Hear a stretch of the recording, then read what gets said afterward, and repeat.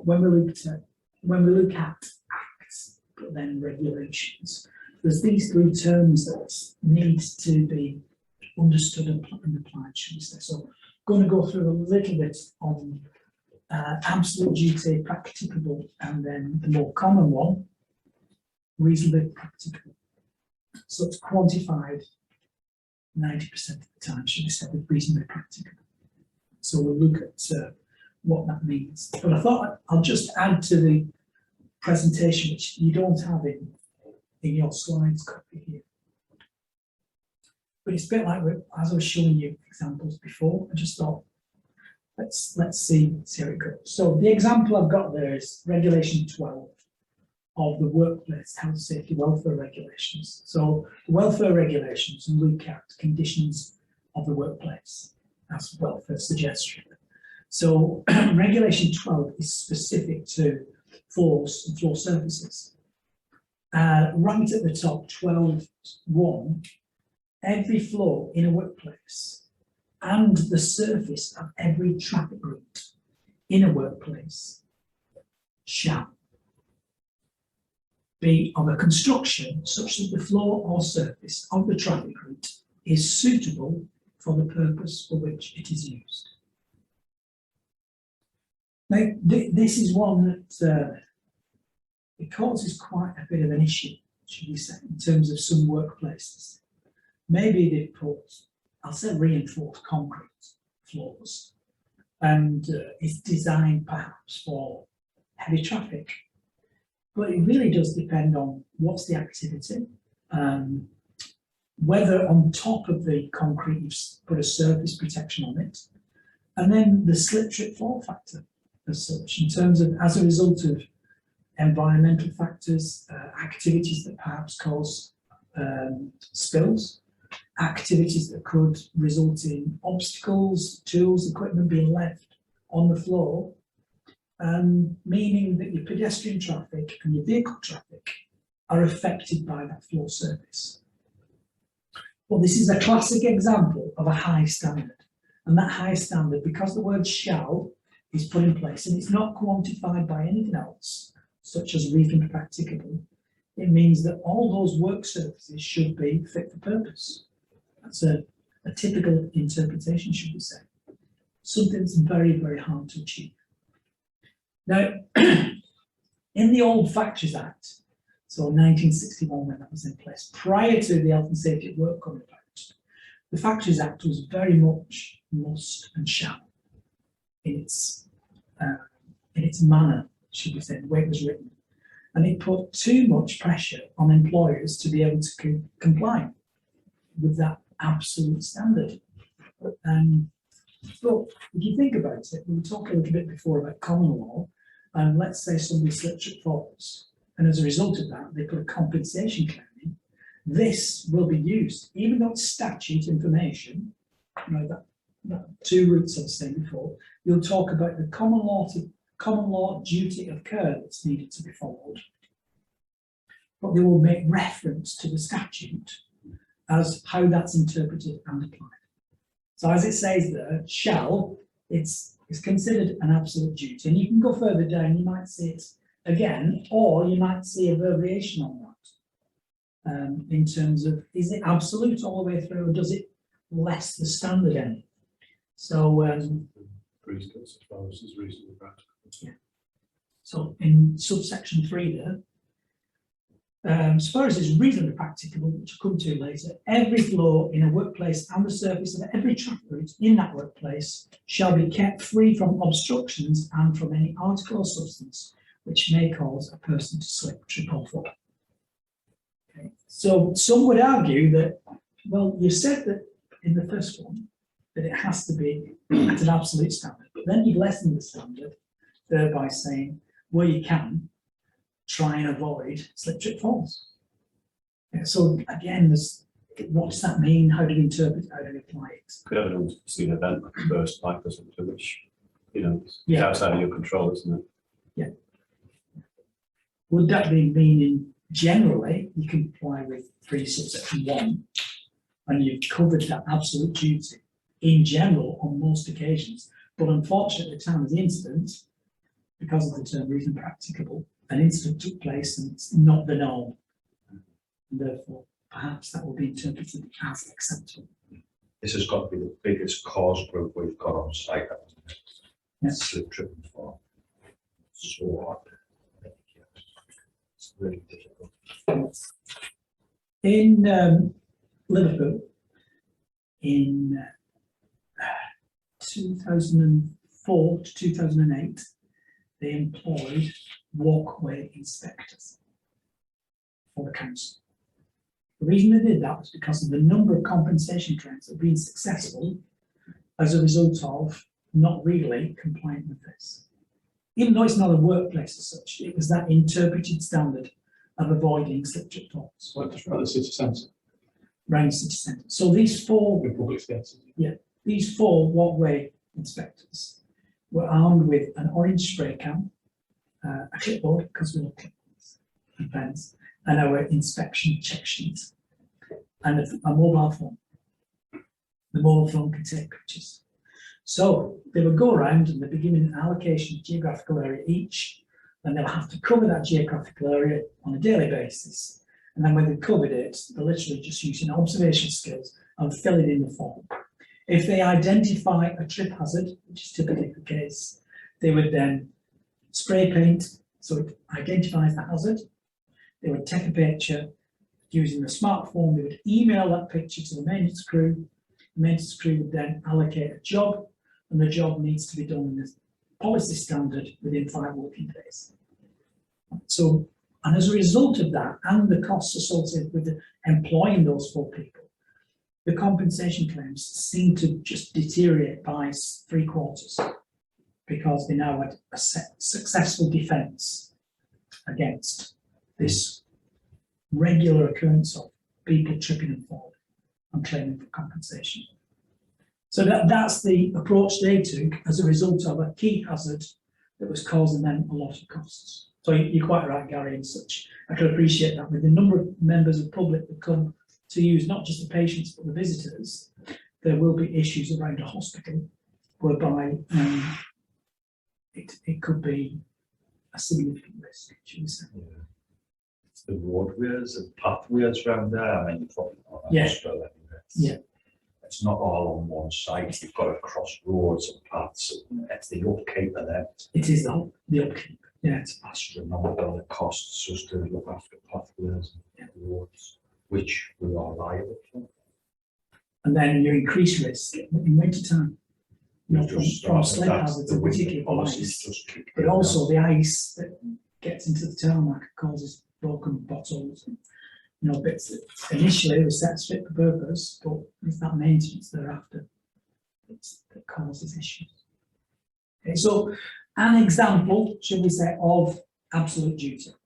So the next one I've got is from the Provision and Use of Work Equipment Regulations, 1998. So they were first in place in 92 and they were amended in 1998 to improve the standard somewhat. And this one is about guarding. First of all, you have to identify what is a dangerous part of the machine, and then it specifies the expected standards to reduce the risk associated with that. So where it says rotating stock bar and the variations on it, I tend to use like cogs, machine cogs that are turning around as such, where if you put your hands inside it, it would cause entanglement or drawing in nip hazard, but it bring the digit in and, you know, either crush it or amputate it.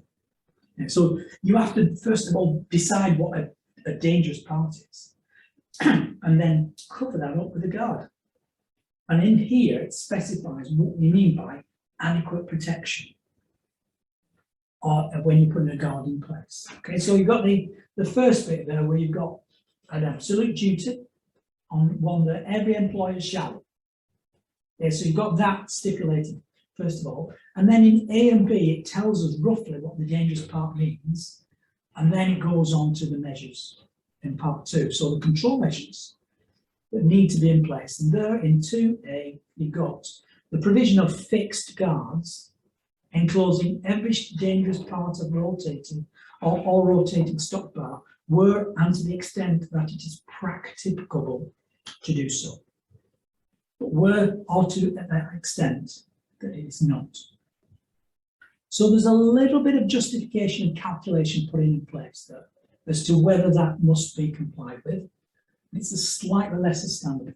My best interpretation is a risk assessment needs to be done about that area, and within it you've got to think about how accessible do I need to get to that dangerous part, and in doing so, can I live with a risk, or do I need to increase the protection devices that are necessary?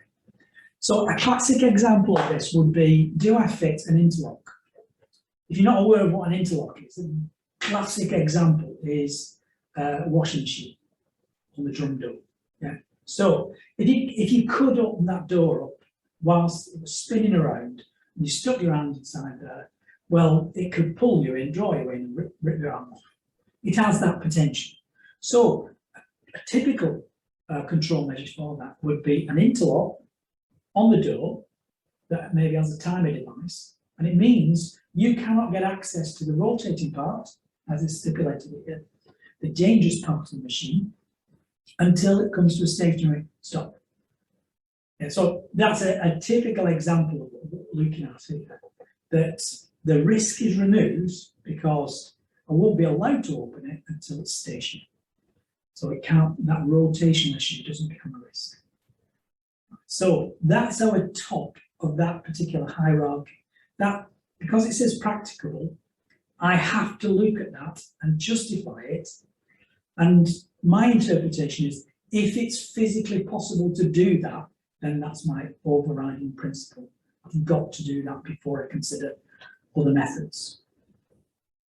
So classic, typical examples of that would be a drive pulley.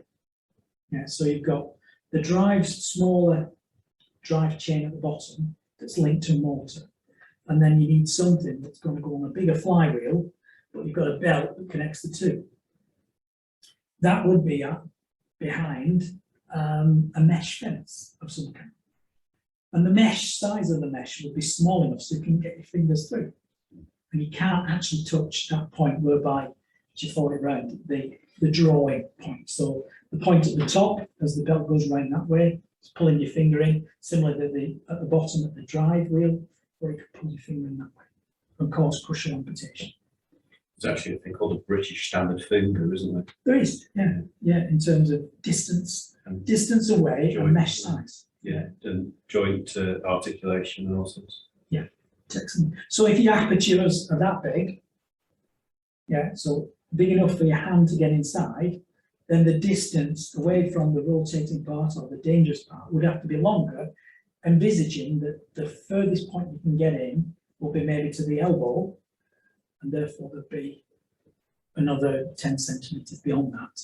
So a typical average arm length plus the 10 centimetres means that you can't access the danger zone.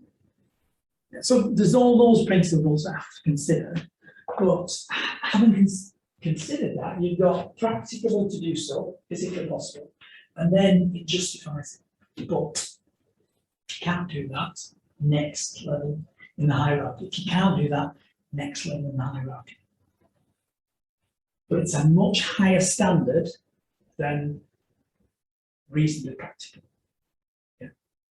So within your risk assessment, determine your danger zone, determine if possible you can put a fixed guard in place that encloses it and takes us away from it, and that should be your overriding principle. And a fixed guard requires a tool to remove it. And that tool means that the person who removed it is a deliberate act. Yeah, so it can be, or I'll place that fixed guard over the top of it, but it's not secured or fixed down. In which case, someone can pick it up, move it out of the way because it's getting in the way, they don't like it. It's the difference between a barrier and a guard, isn't it? Yeah, very much so. So it shouldn't be compromised or easily bypassed. So that's your number one principle there. Physically possible to do so because it says practicable. If I can't put a fixed guard in, and I've done a risk assessment, it says, well, we need access to parts of it on a regular basis, or we can't stop it rotating for production reasons, but I have to Justified, because again it says the provision of guards or protection devices were, and to the extent that it is practicable to do so, but were or to the extent that it is not. Yeah, so here the difference is other guards or other protection devices. All we're saying is that a fixed guard is the best because it totally closes it, but you may have variations on the thing. And the variation could be an enclosed guard, a door, a gate that's got an interlock system on it. I need to get into the danger zone, I open the gate, I open the door, I'm in the danger zone, but it's in a safe state. So you do that, and then if you can't do it because it's not physically possible to do so, then other things. Yeah, that are going to make it stable, going to make it secure, reduce the risk or distance the risk. So the best example I can use there is a push stick. So I'm on a saw, and I'll show you some pictures of this later. You're on a saw, and rather than your digits getting anywhere near the blade, as it gets close to proximity, pick up a stick, a push stick as it's called, and that last bit is pushed through with the stick so that the only thing that comes into contact with the blade, if things go wrong, is the end of the stick. Yeah, and there's a certain design criteria as to what a stick should do. Like there has to be there's kind of an angle like that. So the force goes down onto the surface of the saw, the force is going across, but also you've got some kind of control on the direction you're moving it as well. If you imagine doing that with your hands, you've got great control, but you're getting closer and closer to the danger zone. So it goes on, there's D and D below that. But I just wanted to say it's a great example of practicable. And it's also, to the extent that it is not practicable. Yeah. You've got to justify it. You can't just say, oh, we'll just put an adjustable guard on. And the adjustable guard can be in the down position or the up position. When it's in the down position, it's fully protected. When it's unprotected in the up position, it serves no purpose at all. So it's not as effective because people can easily bypass it. So that's got to be determined. Now, if you think about some modern tools nowadays, they've tried to change the design of these tools so that the blade is totally covered apart from the area that needs to do the job. Right, so you've got these spring-loaded adjustable guards on them, and it means that as you start to operate it, it's totally encloses. But as you approach the timber or whatever you're cutting, the product, you push against it, it opens the guard up, but the bottom and the top of it keeps the blade inside a protected area other than the timber or the material you're cutting, so that digits can't be exposed to it. So my interpretation is, if it's physically possible to do so, it should be done. A slightly lesser standard than absolute duty is the term practicable. And then the one that's commonly used in many pieces of legislation to allow an employer to more easily comply with standards. Yeah. So that term reasonably practicable allows us to interpret the industry standard, the best practice, the way to do it, and apply it with risk assessment techniques. And when I say that, I'm going to show you on a slide where it's got that balance between risk and the time, the cost, and the effort involved in that balancing the risk. So I've put in here where it says from the table that's inside the management regulations, it gives you a brief interpretation as to the duty of protection expected. And for employees, you'll see there's an extension on employees' duties in those parts of the regulation. But the main duty from the employers in that middle column, and in the middle column is the Suppliers Insurance Act, SFARP. So that's just an abbreviation it's used. And again, this information is provided by the Health and Safety Executive to give employers or the competent person the opportunity to give appropriate advice on how to interpret the various standards. Yeah. And then other people likely to be affected by the work, again, contractors, visitors, and so on, gives you an idea if you're designing your risk assessment as to what needs to be in place. So I thought I'd use Regulation 7 of COSH, and inside that, it's very much about the standards required to control the risks from hazardous substances. It says exposure.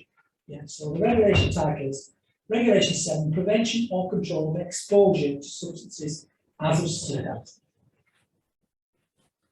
I'll just read it out. In subsection 1 of the regulation, or Regulation 7.1, every employer shall ensure, so you've got the absolute duty stipulated initially, that the exposure of his employees to substances hazardous to health is either prevented, so what we're saying there is eliminate those hazardous substances. That's your top of your hierarchy. Yeah. Don't use those hazardous substances unless it's absolutely necessary. That's the easiest way to interpret in English law. So if I'm doing a COSH assessment, the first question I ask is, that substance that we're using to clean up that floor surface is really hazardous. Do we have to use that? Or can we do it differently? And then the second bit, which comes under number 2, is perhaps to substitute it with a safer alternative. Less salt and free salt. Yep. So rather than being exposed to something that's nasty, is there anything out there on the market that we can do to use? So it starts with that top standard, absolute duty, shall. But then it's quantified by supervision and practical. Yeah. So where it's carried on to substances hazardous to health is either prevented, so that's your top standard, or where it is not reasonably practicable, adequately controlled. Therefore, you're allowed to look at the risk and say, okay, if we are using that, and we can't substitute it with a safe alternative, what else do we need to do to make it as safe as it possibly could be? And that's where you balance the risk with the time, effort, and money required to do that. So go down to the next one. That's the pictorial view of so far as is reasonably practical. SMR. Okay. So some people call this an interpretation of a cost-benefit analysis, but it's used regularly to interpret legislation. But in risk assessments, we're doing it all the time. If we have something that's potentially medium to high risk, we have a duty to bring it down to as low a level as possible.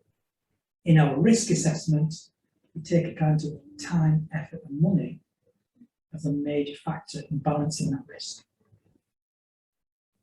So if I'm a joiner and I'm regularly hammering nails into a wall, I wouldn't, in my risk evaluation, I wouldn't say that I need to automate or design a robot at the cost of £1 million, when ultimately when I do a risk assessment, it's just the black nail that you get as a bruise on your fingers because you've missed the nail and hurt your finger or thumb. Yeah, that's just not quantifiable, is it? You'd say, well, a joiner regularly uses hammers and nails, and therefore it's expectation within the job. So you look at it from that point of view and you think medium to low risk, no real necessary change made. However, perhaps I'll improve their abilities and competence. Maybe I can give them that little tool, piece of plastic. Don't know if you've ever used them. Piece of plastic, you can grab the nail and it will hold it in position, tap, tap, tap. If you miss the nail head and hit anything, you're going to hit the plastic or the wall, but you're not going to hurt your finger. So a different variation. You don't have to spend millions on something. Or a nail gun. Yeah, a nail gun if you, in terms of efficiency as well. But yeah, but as has been shown, if I can think of at least 3 films where they're used in films to try and knock out their opponent, defend themselves or otherwise. Yeah. So good films, but we'll move on. Nail guns could be an acceptable cost compared to the risk. There was always a nail gun in the 80s, wasn't it? Yeah, but in terms of efficiency, people might look at that as a suitable alternative for the level of risk involved. Okay, so time, effort, and money in our risk evaluation, and that is it's a very important concept to consider, because whenever I'm doing risk assessments, it's something that I ponder over quite a lot. is the employer doing enough? Is there any advice I can give? Before I give that advice, I'll do my research. In terms of my research, I'll look at the industry standard on other things that are out there on the market that perhaps would make it physically possible to buy that or make it appropriate. I'll look at other measures. I could talk to other companies perhaps, or other health and safety advisors and say, I've got this issue, I'm doing a risk assessment, I've got this problem, what do you think? And they will say, oh, we've just invested in these. Great, classic idea, look a bit more into that, see whether it can apply here, and so on and so forth. Yeah, so you spend a lot of time in that, but you've got to justify it, and you've got to look at probability, and you've got to look at the potential of the risk associated with it, and as a result, put your argument together. Hence, cost and benefit. Cost-benefit analysis is part of your risk management process. What an employer can't do is just forecast in the air, off the top of their head, without really researching it, thinking about it, consequence of something going wrong. They've got to consider those alternatives. So let's go back to that example we mentioned earlier under COSH, was the mild steel welding rods, which now cause cancer. The HSE are going in, they're issuing improvement notices to companies that are just relying on full face mask breathing apparatus or something like that. It's not enough. As quite as said, as Aidan pointed out, and we've already agreed, should we say, is that just providing that personal protection is not enough for others in the area that could be walking through that area and being exposed to that risk. So the principle will be take away the hazard at source. So you can get MIG welding, you've got on the guns, an extraction system built into the gun. So as soon as the fume is produced, you've got a little pipe going out and sucking away any of the fume, and it takes it away through a filter system, or it even dissipates it out into atmosphere outside. So there's those little bits and pieces that need to be considered within that. So wanted to go through that first because we need to have an understanding, should we say, of the statute, and the duties associated with it. What I'm going to do now is talk a bit about common law and the compensation side of things. But over and above that, I'm also then going to go on to talk more about statute. And then an exercise I've got is just to show you some examples of prosecutions, and I've left some gaps in, or Debbie's left some gaps in the wording, and you have to try and work out which part of the Health and Safety Work Act might be in breach. So I'm going to cover the Health and Safety Work Act and the duties associated with that. So, common law. If you can imagine, at the time in the 11th century, the king, who was in charge of the country, opened the gates up to the minions, as I would call them, and said, come to me, without your problems are, let's listen to it, and I'll look upon those problems and try and resolve those issues. And that standard was adopted around the country until it got to the stage whereby the king had multiples of the public knocking on the gates, queuing up for hours and hours, days and days and days, to look at these various problems. So commonly at the time, it was things around land. Now, he says, she says, my land is this big, and the perimeter of my land covers that section. But the farmer or the person who lives next door, they've encroached onto my land and they're taking some away. So the king would make a ruling, an absolute ruling, and say, that's the final decision. This is what we've agreed. Off you go and sort it out. So that's how it was in the old days. And then it developed into an informal court system, which started off with sheriffs. So the sheriffs took it on board because they wanted to take the hassle away from the king. So they had lots of little sheriffs in different counties, and that's how common law evolved.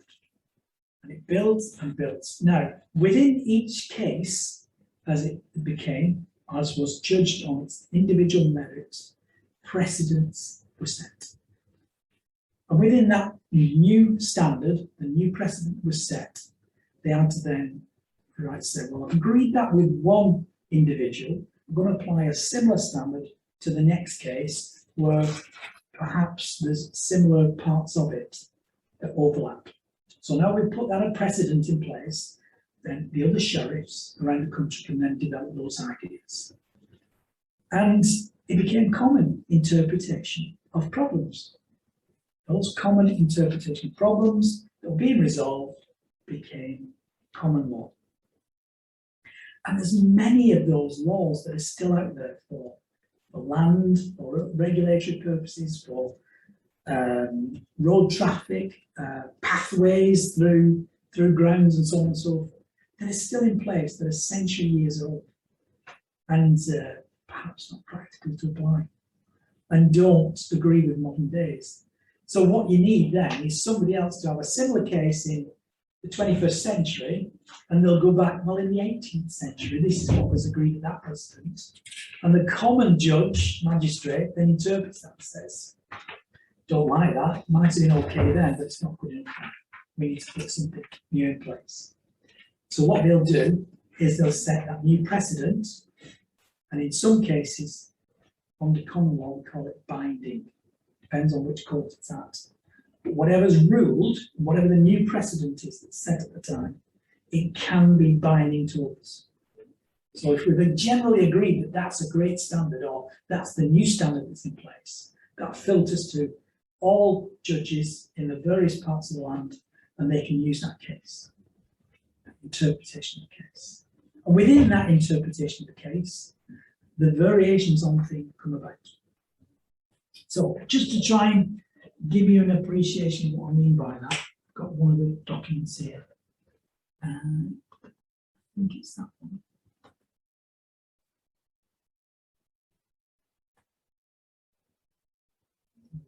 So I'm not going to go through the court case yet, but in considering that particular case, they then considered all of these other cases to support the legal argument. Yeah, so, and I've got a few pages on this. So they looked at that one, they looked at that one, they looked at that one, to see whether that interpretation of that case was necessary to be considered for this case. And sometimes, let's say it's Baker versus Bethnal Green, the judge might decide, I like what was agreed in that case, and I'm going to apply that standard. Yeah, and the argument that's coming from the legal specialist, the barrister or the solicitor that's dealing with the case, they might promote that. They will be saying that in considering this of this case, we've looked at Baker versus Bethnal Green.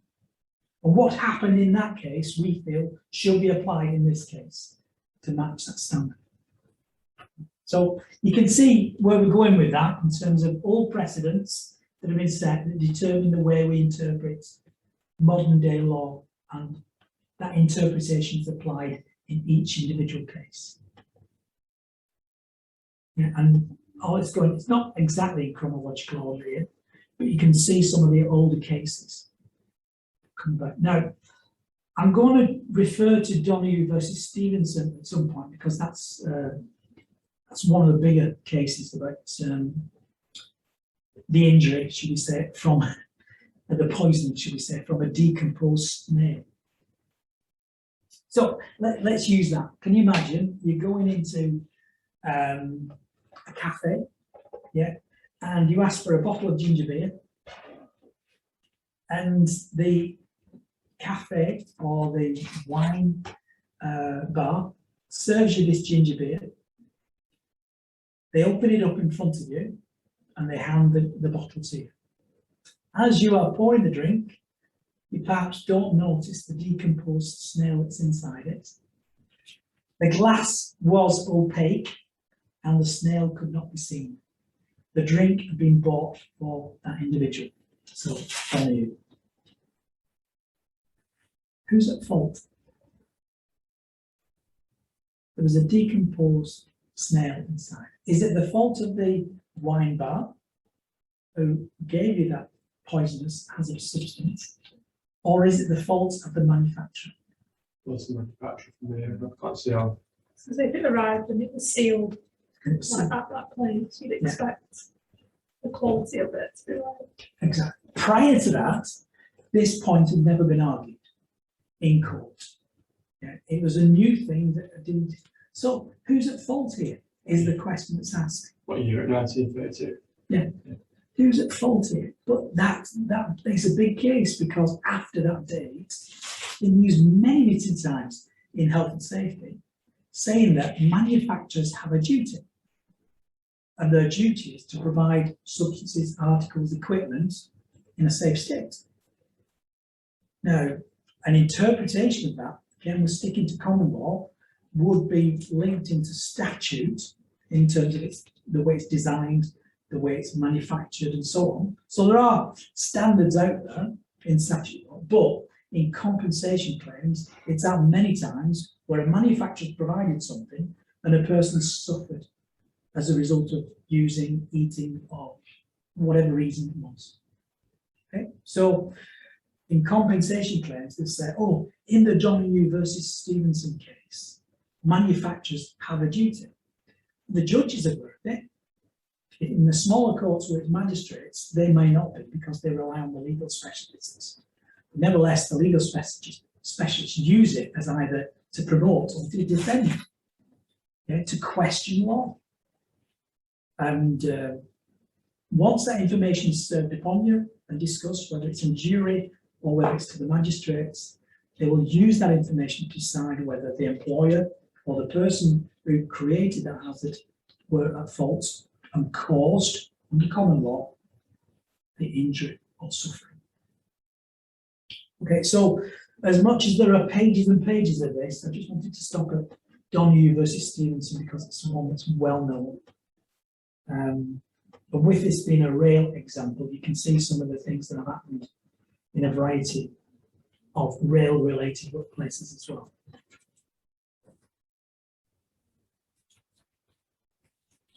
Okay, so pages and pages and pages of this, of incidents that a legal specialist has to consider whether it has relevance to the case. And in doing so, would then put that forward as part of their evidence. So I'll just go back to the top because we are going to talk about it later. So I'll just leave that. It's British Railway Board versus Harrington. But I'll do it at the most appropriate point when we get to it later.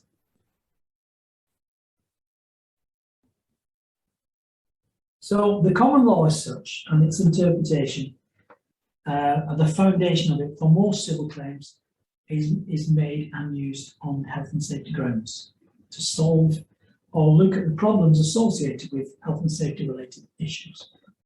Doesn't always go to court, but there can be times when you're in court for two reasons, but for the same incident. So, I'm just a bit wrong. I have to put the I think it's slightly open, isn't it? Oh. Right. There's this. Try 21. In particular. Take control of it.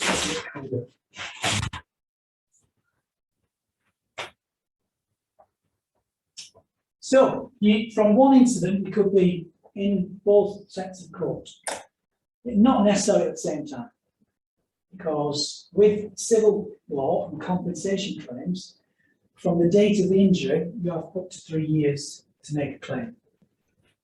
Right, so let's say it happened, I've actually got one at the moment, where a guy was blinded in June 2016, and it's still not been settled. But his solicitors were a little bit slow on the uptake, and they didn't actually present it in the case proceedings until the day before 3 years ended. So that was really to last minute. And well, he could have lost a lot of compensation because it was bad management on the caseload of the solicitor involved. The guy who's blinded just happened to phone up and say, I need to do something. It's a bit drafty. Yeah. Okay, so on the civil law side, you've got between individuals and companies. Yeah, so typically the injured person and whoever caused the injury or ill health condition. Those are the two parties. And as I was saying earlier, there's usually 4 people involved if it gets to later stages of this. So you've got the injured person and their legal representative, and then you've got the employer, causer of the incident, and the insurance or legal representative. So sometimes it might be 4 or 5 or 6, just to balance this out. But typically it's 1 people. And quite often, it literally is that approach of how much will you take? I'm not admitting liability, but what are you looking for in terms of settlement? Let's make this problem go away. There's a lot of guidance out there now in terms of compliance with that, and I'll show you in terms of the courts. There are fast routes that are optional. If, let's say, the broken finger I was talking about before, if we know that we should be looking for about £2,000 in terms of compensation, then there's no point taking it to the higher courts where they're looking at £50,000 or above. You might as well look at the fast, accelerated route, get it all done and dusted within 6 months, and then you've got your payout. So there are rules around it and guidance that help us to go into the right way. And with this issue of liability and non-liability, that's got to be determined. The higher it goes up in terms of how close we're getting to the day where we're going through the court doors and actually having our day in court. There's that, where it starts to move away from non-liable through to liable. And the agreement between how much contribution negligence or whether there was another thing called violent and non-fitting duty. So acceptance of risk, which also we talk about. So there's that on one side. However, as a result of the same incident, the enforcement comes in, the health and safety executive inspector or the environmental health officer or the fire brigade, they come in and say, you naughty boy, you should be punished. That's the criminal side of it. And as a result of that, it is against the state statute. Statute standards are in place, and the government representation of these enforcement agencies, and they're the ones that are seeking prosecution. So that's the difference, very different. Hence, you could be in court for the same incident for 2 reasons. So, just like I was saying about the police, in a road traffic incident and the injured party and the damage to it covered by insurance. Yeah, 2 separate things, but the one incident. In that criminal case, the ultimate decision, rather than being around liability, non-liability, the ultimate decision is to look whether the party was in fact guilty or not guilty. So they will be trying to prove that in terms of the prosecution typically has to establish guilt. In the way that they do it, the enforcement agency, it's a standard that's much higher. When they're trying to prove that guilt, it's got to be beyond unreasonable doubt. So they've got to be firm in that. They know that the statute has been breached and they can give evidence as to why that is the case. And in interpreting that, like I said, they'll go to Crown Prosecution Service first. Why? Because they're using public money, taxpayers' money, to do this or this. So they've got to go to the Crown Prosecution Service and they'll do a draft trial. And they'll say, let's look at the evidence, let's look at what the breaches are, let's look at what the circumstances of this particular case is. And the Crown Prosecution Service will say, go for it, or they'll say, not good enough, drop it. So in a case, you know, you keep saying you can be in court with 2 different courts for the same matter, where each court is like, contradicted themselves, if you know. It does. That happens. Yeah. So you could be non-liable in civil law, So but it's then be civil, guilty. you know, like what's the guy called in America? Where he was sports star. Roger Simpson. Yeah. So think about that one. Yeah. They couldn't prove it under criminal law. It was a huge payout, wasn't it, in the common law side of it, or rebellion as a result of what he did wrong. The lies that he stole, such. But they couldn't prove it under the criminal acts. Such so it was dropped. However, legal specialist picked it up and said, from point of law point of view, I think I've got a good case on the common law. Let's get litigation, let's look at liability, and let's get it. And they proved it. So think about Prince Andrew now. Yeah. What American law wants to do is get him in the statute. What statutes are they looking at? What are they trying to do to do the criminal law? Put him in prison for underage sex. Yeah. Yeah.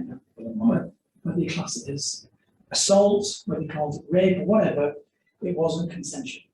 Right? So it's looking as though they're going to struggle under the criminal law to prove that.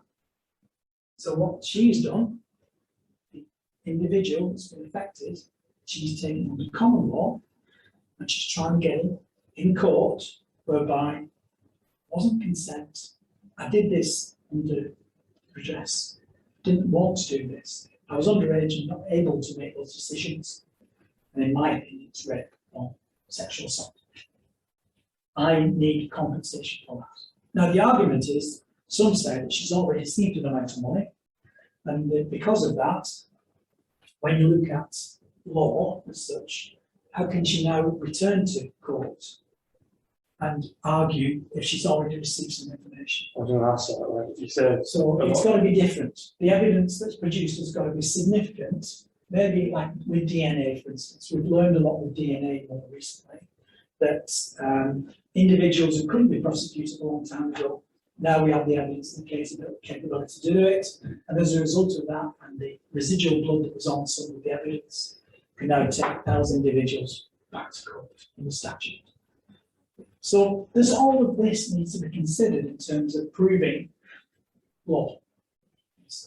But yeah, quite often you can have two people. I have had a lot of this though, where people have sought compensation from an injury and the enforcing agency have not been interested. They've not even taken it to Crown Prosecution Service. They look at their investigation and say,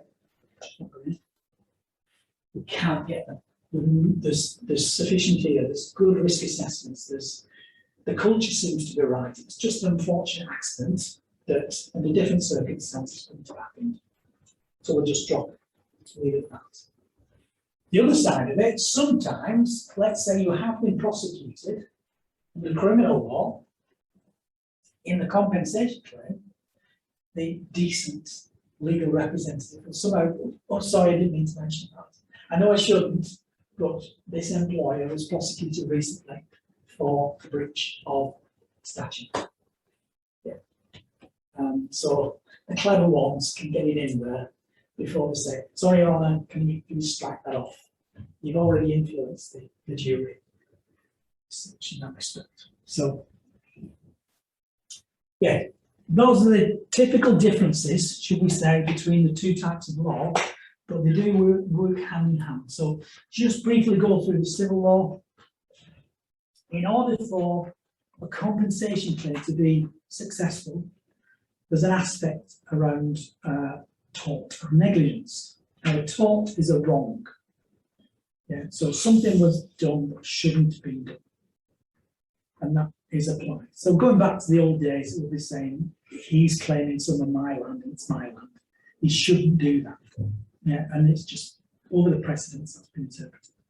The term suing, to successfully sue an employer, seek compensation, the employer must establish, the injured party must establish, one, a duty of care was owed by the employer. Now you have to kind of prove that and explain what that breach was. The duty of care was owed. Secondly, the duty was breached. Yeah, so there's a standard being set, so you have to explain what the standard was. Let's use our workplace health safety welfare regs about floor surfaces. Yeah, make sure that all your floor surfaces are free of slip-trip faults. Hard to do, but that's the duty that was owed. So that's what a solicitor would say. First of all, my injured party, in this case, slip-tripped, fell and injured themselves as a result of the duty that was owed, that the workplace should not have a slip-trip hazard in the workplace. So they'll establish that under the Workplace Health Safety Welfare Regulations, Regulation 12. They'll then say that was the duty. Secondly, that was breached. It was breached. How? Why? How can you say that? Well, there was a hole in the floor. There was an obstacle on the floor. There was a slip hazard on the floor. And therefore, as a result of that, they didn't comply with the regulation. And then thirdly, as a result of the breach, it made that person suffer. So those three criteria have to be proved in every compensation claim. Do you mind if I show you an example? I know I shouldn't, but I'll have to rely on you not sharing information as such. It's a recent court case that I was involved in. And I've not got the permission, should I say, of the company in this respect, but I'll just go to it. Just to give you, just blink and ignore the company, but if you would.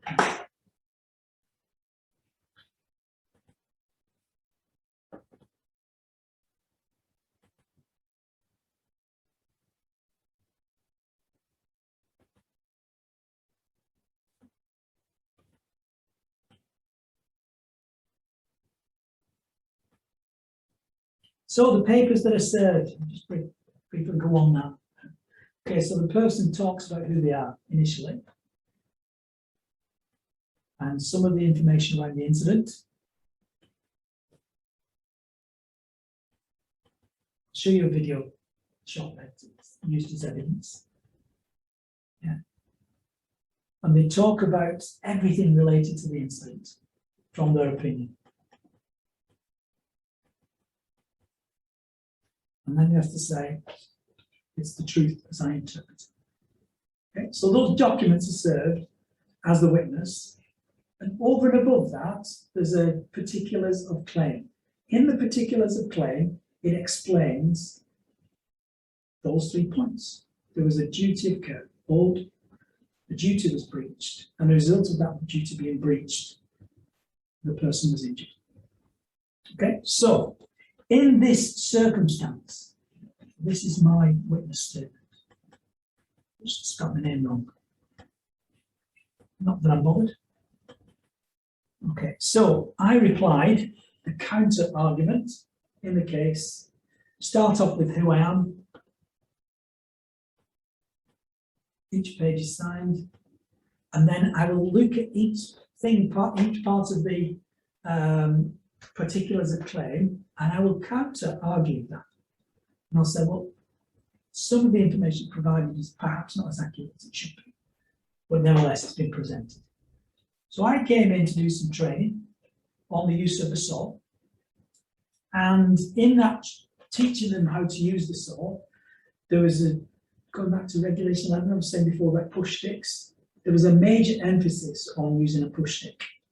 So if your hands ever get close to the blade, you remove your hands and then use a push stick as an alternative. So you never close the blade.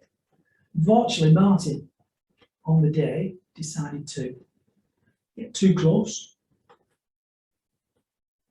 to the blade. Okay, so you can see where, I've not gone into detail as such because I can't really. You can see where my counter argument is going in some of the information.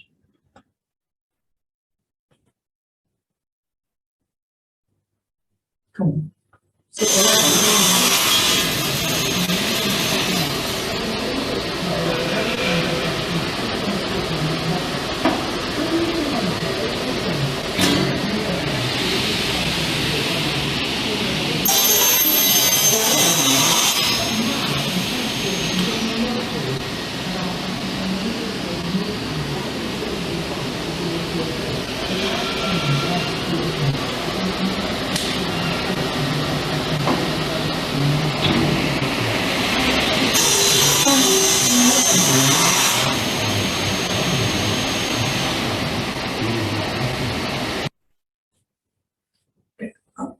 go through that again. I'll show you again in a second, but I just want you to look at that. Go back to what we said about pure provision use of work equipment regulation, regulation 11, and the example there saying that you must enclose any danger zone with a fixed guard. Physically possible. Is it physically possible to do that? And part of the risk assessment would argue that you need a portion of the blade available to do the cutting. So I can't put it behind a complete fixed fence or guard 360 degrees all the way around the blade, because I need a part of the blade exposed. So what you have on this is an extraction system that's fitted to an adjustable spring guard that sits on top. And the idea is that you drop it down to sit on top of the surface of the material that's being cut.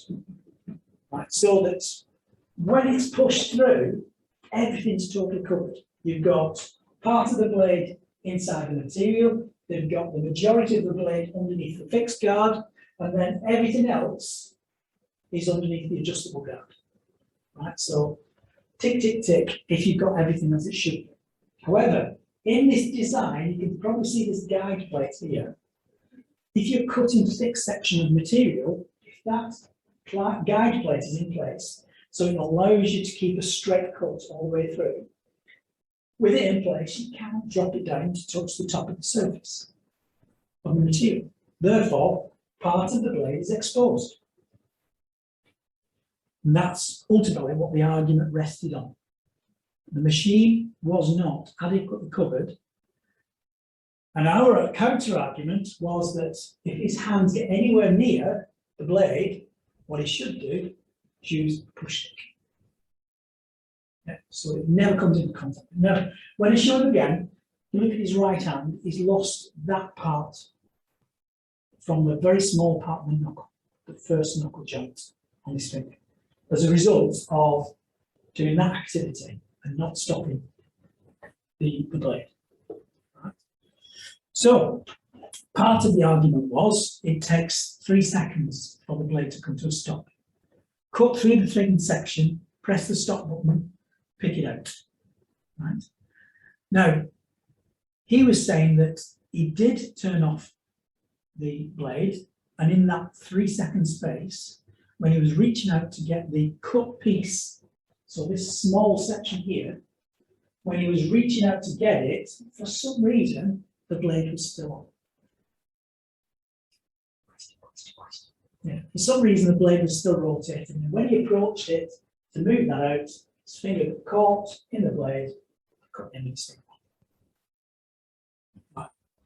Now, the other part of it was that, as by design, that should come down, and if you have it in the right setting, that you can make that adjustment so it's as close as possible to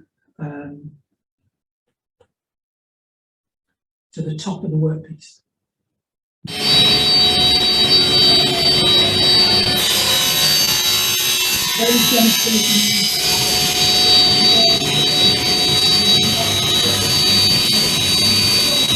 What did he say there? Through the gap. It won't fit through the gap. So that's his argument, that if he did use a push stick, he couldn't move the material. In the way I'd trained him, I would have said, if you're cutting it more than once, then the second time you cut through, so leave it in place, bring it back, cut the next one, the first one that's been cut gets pushed out. So you're away from the danger zone, you can pick it up later if you're doing several of these cuts. So you're never at risk. And that's what I trained him to do as well. But I also said in the training that if your hand ever has to go anywhere near the rotating blade, number 1, turn it off. Number 2, if you still need to control the movement of the workpiece, use a push stick. And what he could have done, I'll just try and show it, is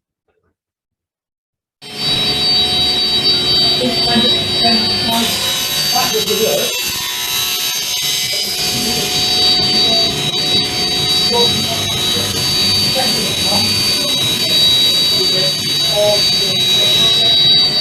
But his main argument was that guide plate was too high and it was intruding, and we should have turned it through an entity. So in the next one, which I didn't train him to do, was his argument is that if he had been trained to use this,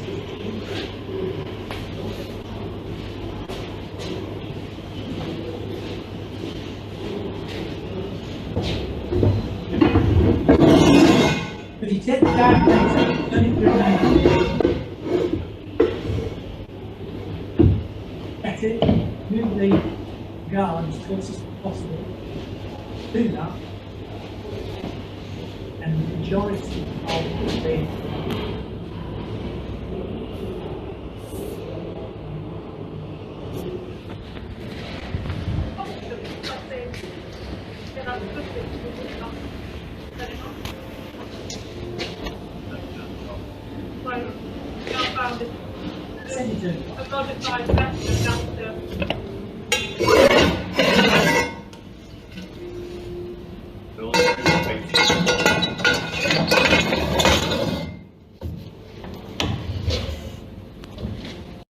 So, what he's saying there is, if I had been trained to do that, and it is simple and easy to do, I don't know why I wasn't trained to do that, but if I had been trained to do that, the accident wouldn't have happened. He's still got his finger in there anyway. But he still hasn't turned it off. Yeah. So, that's what we were using as our argument. Over to you guys, you're the judge. What do you think the judge did in that compensation claim? Did they prove in favour of the injured person, or did they support the company who had risk assessment, safe systems of work, safe operating procedures, training of operatives, etc., etc. Training that said, cover by stop the rotating blade. You can't stop the rotating blade, use a push stick, and that's the net. The fall down, and some would argue, is that he wasn't trained in making that adjustment to make the guard approach the blade and the top surface a much safer environment. What do you think? Did he win the compensation claim, or did the judge throw it out? Because he got through a win. Did he win? So, any thoughts? Yeah, Clear? because it's a bit odd, because like you said, I'd have just thought, well, like I guess black and white, you've not switched it off. But then if you've only been shown, I don't know, it's the awkward bit, if you've only been trained one way, but there is potential for other ways, you've not then been shown the modification or the other one, it'd almost go in his favour. Bit of an odd one. Isn't it? Aidan, what do you think? Win or lose? Injured party. Similar. Lost. Lost. He's been shown where. I think win. Win. Yeah, it would what Colin said. Clean. Yeah, maybe when Win. I don't know, Tony? maybe though, but I feel like I don't really know, to be honest with you on that one. I presume you can demonstrate that the off button, the actual kill button would work. Yeah, we did that. 3 seconds. So my gut feeling is he shouldn't have won that, because he should have followed the procedure. that's not being sure. 3 seconds is a long time now on saw blade these days, isn't it? To come to a dead stop. Like So, at the beginning of the case, the judge didn't allow the case to start.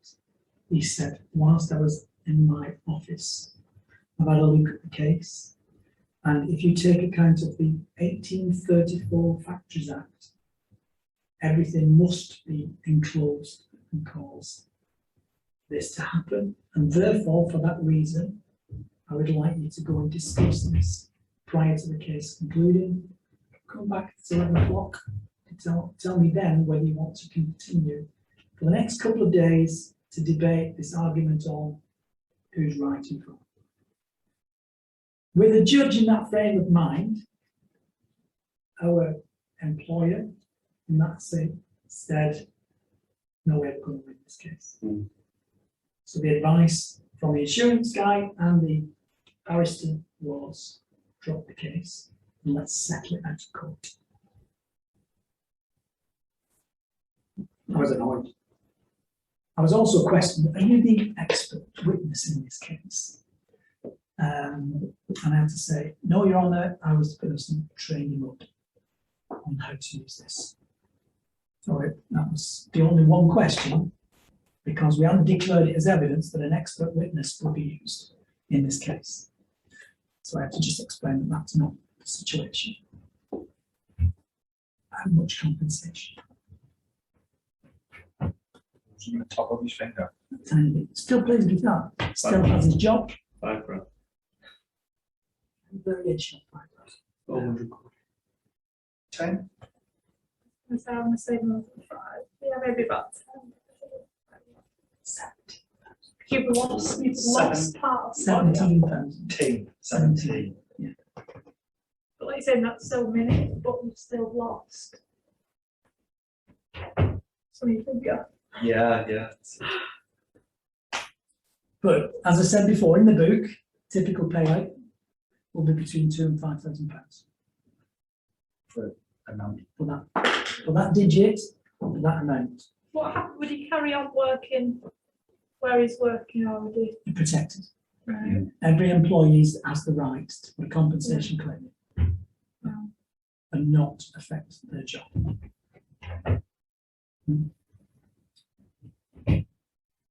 So I just thought I'd share that with you.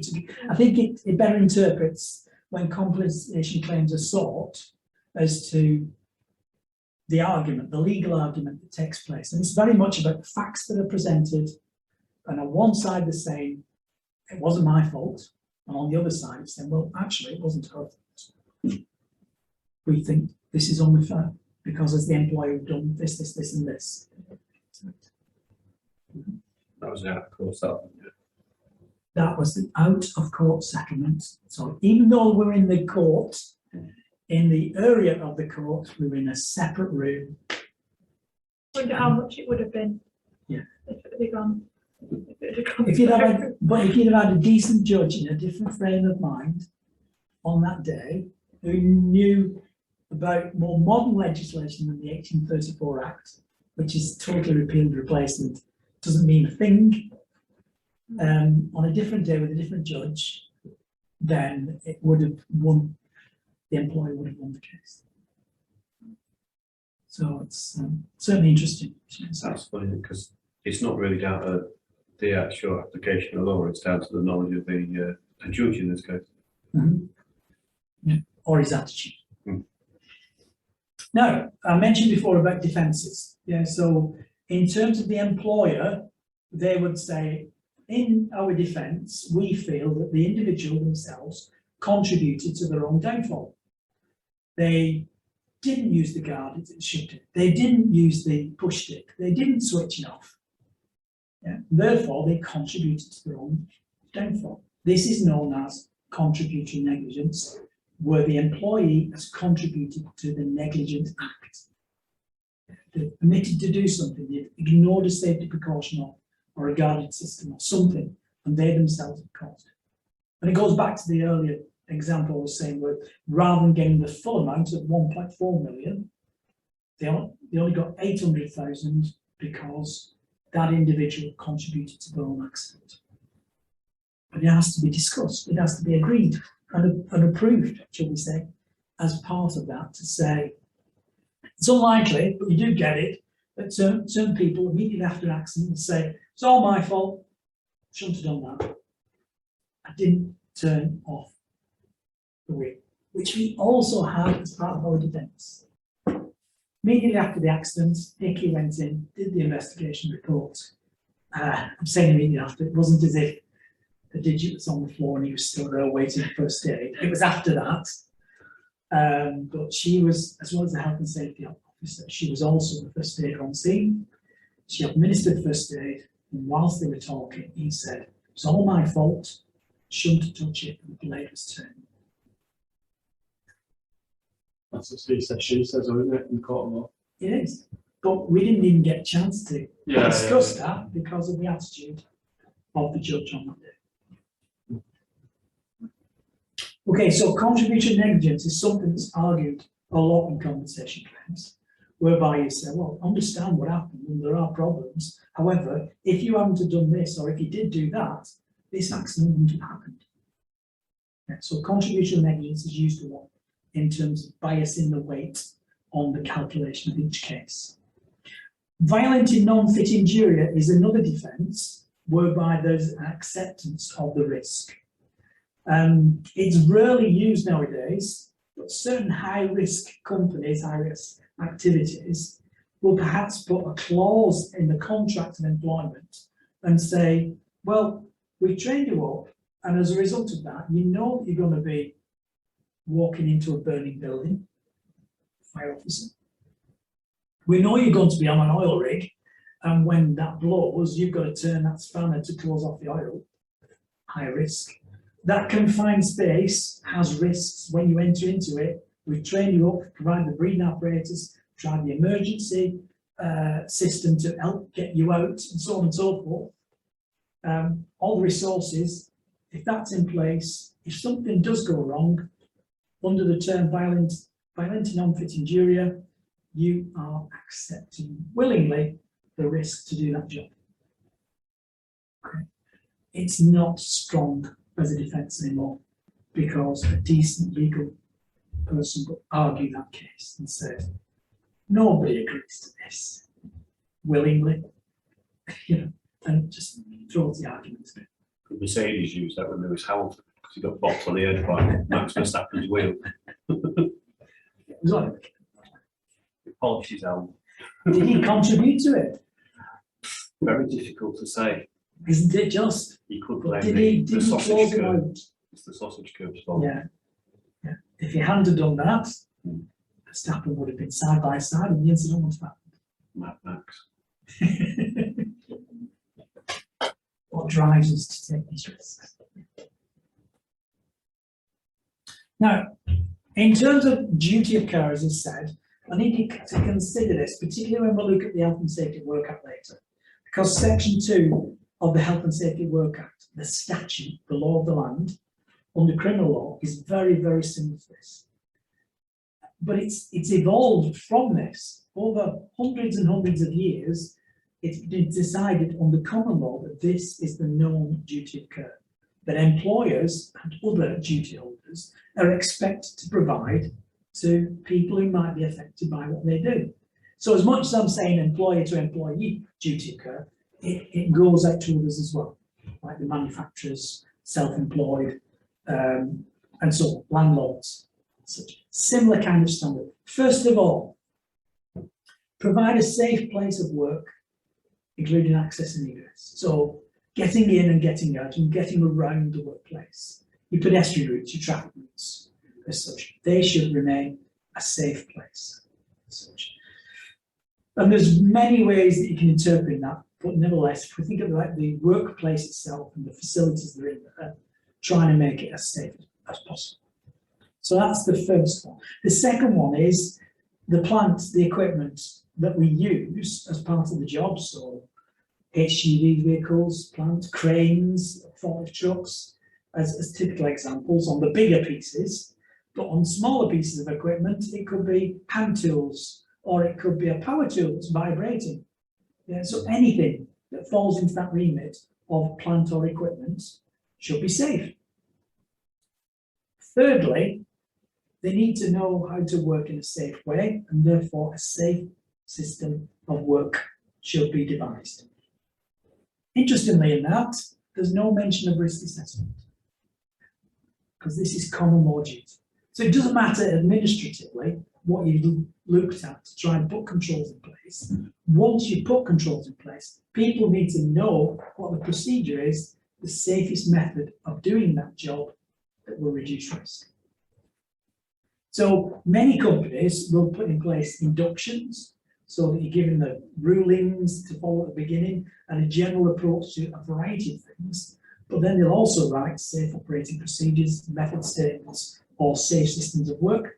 And in the more higher risk ones, permit to work systems that then talk about how to do it in the safest manner. What control measures need to be in place, how to use those control measures. Okay. So there's that description bit and understanding of safe systems. The fourth one is safe people, I tend to call it. So provide safe and competent fellow employees. Safe and competent fellow employees.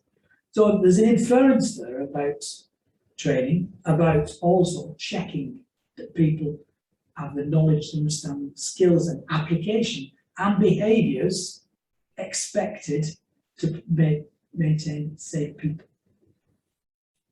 And then the final one, which you will see a lot in statute, is adequate provision of supervision.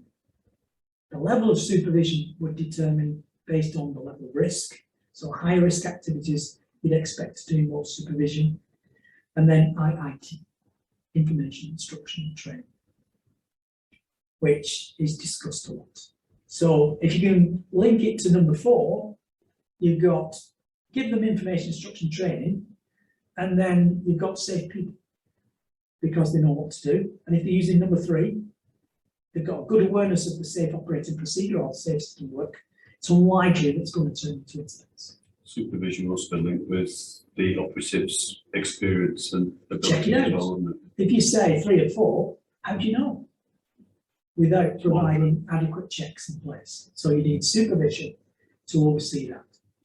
And that's one of the biggest weaknesses in companies, is they might do the training, but perhaps the behaviours are not being checked. So employees are allowed to develop bad practices, and they've not been pulled up about it, not been disciplined about it, or not been given coaching to change that way of doing things into a safe manner. So if you've done a safe system work and train them up, having done that, check it. Right, now they've had the training, off you go, and some point in the next week, I'm going to stand and watch what you're doing, just to make sure that you're applying the safe system work as expected.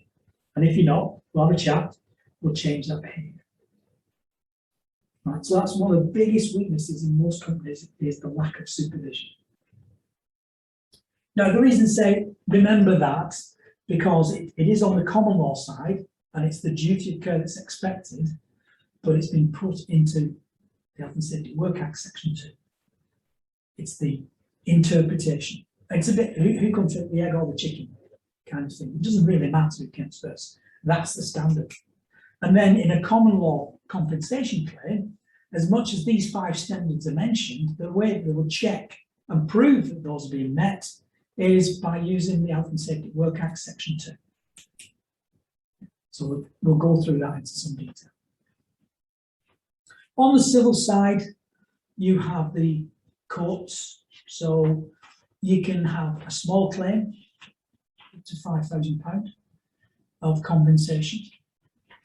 In a county court, where it's anticipated to be up to or around 50,000.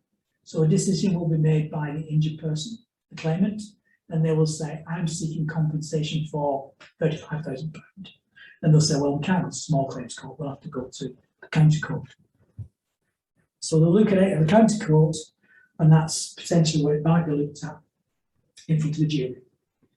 It depends on the expertise in that county court.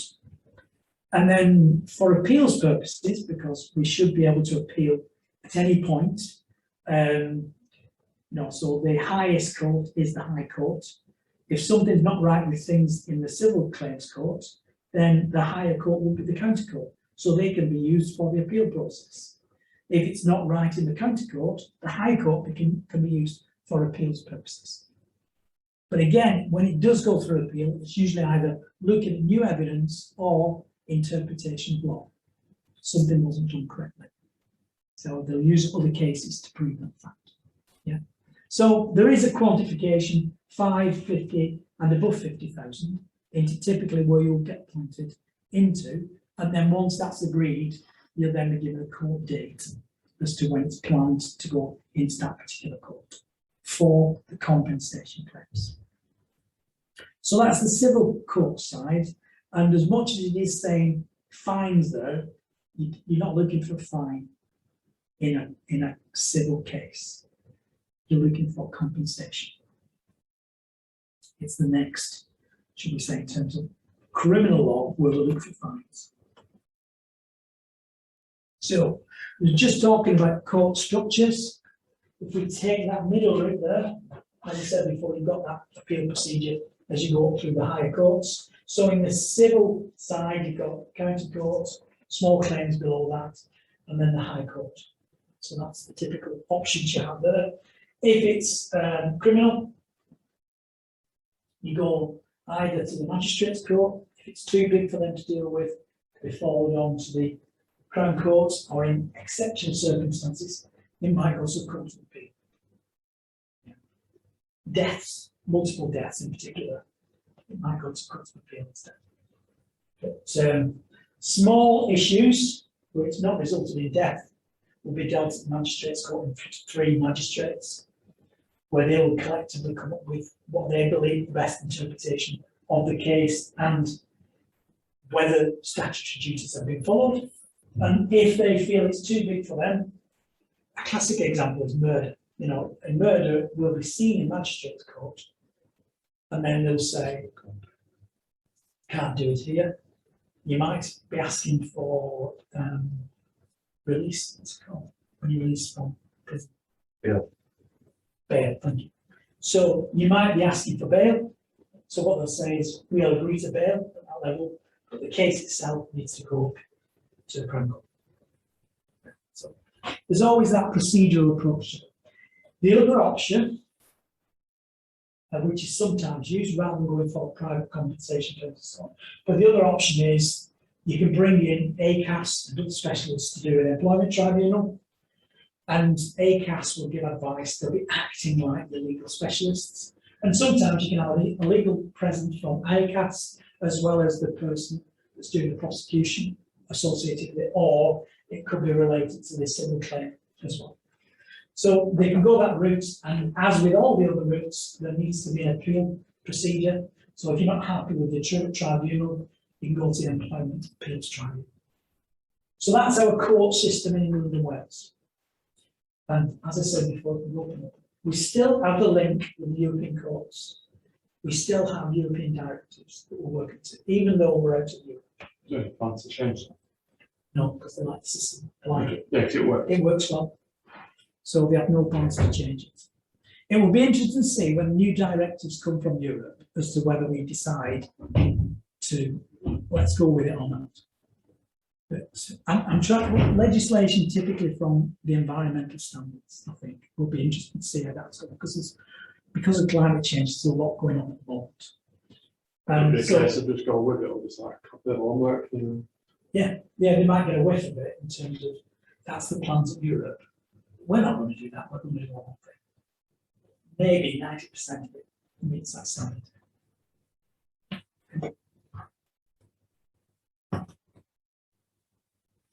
So I said there was a similar thing, you know, we were talking before about civil.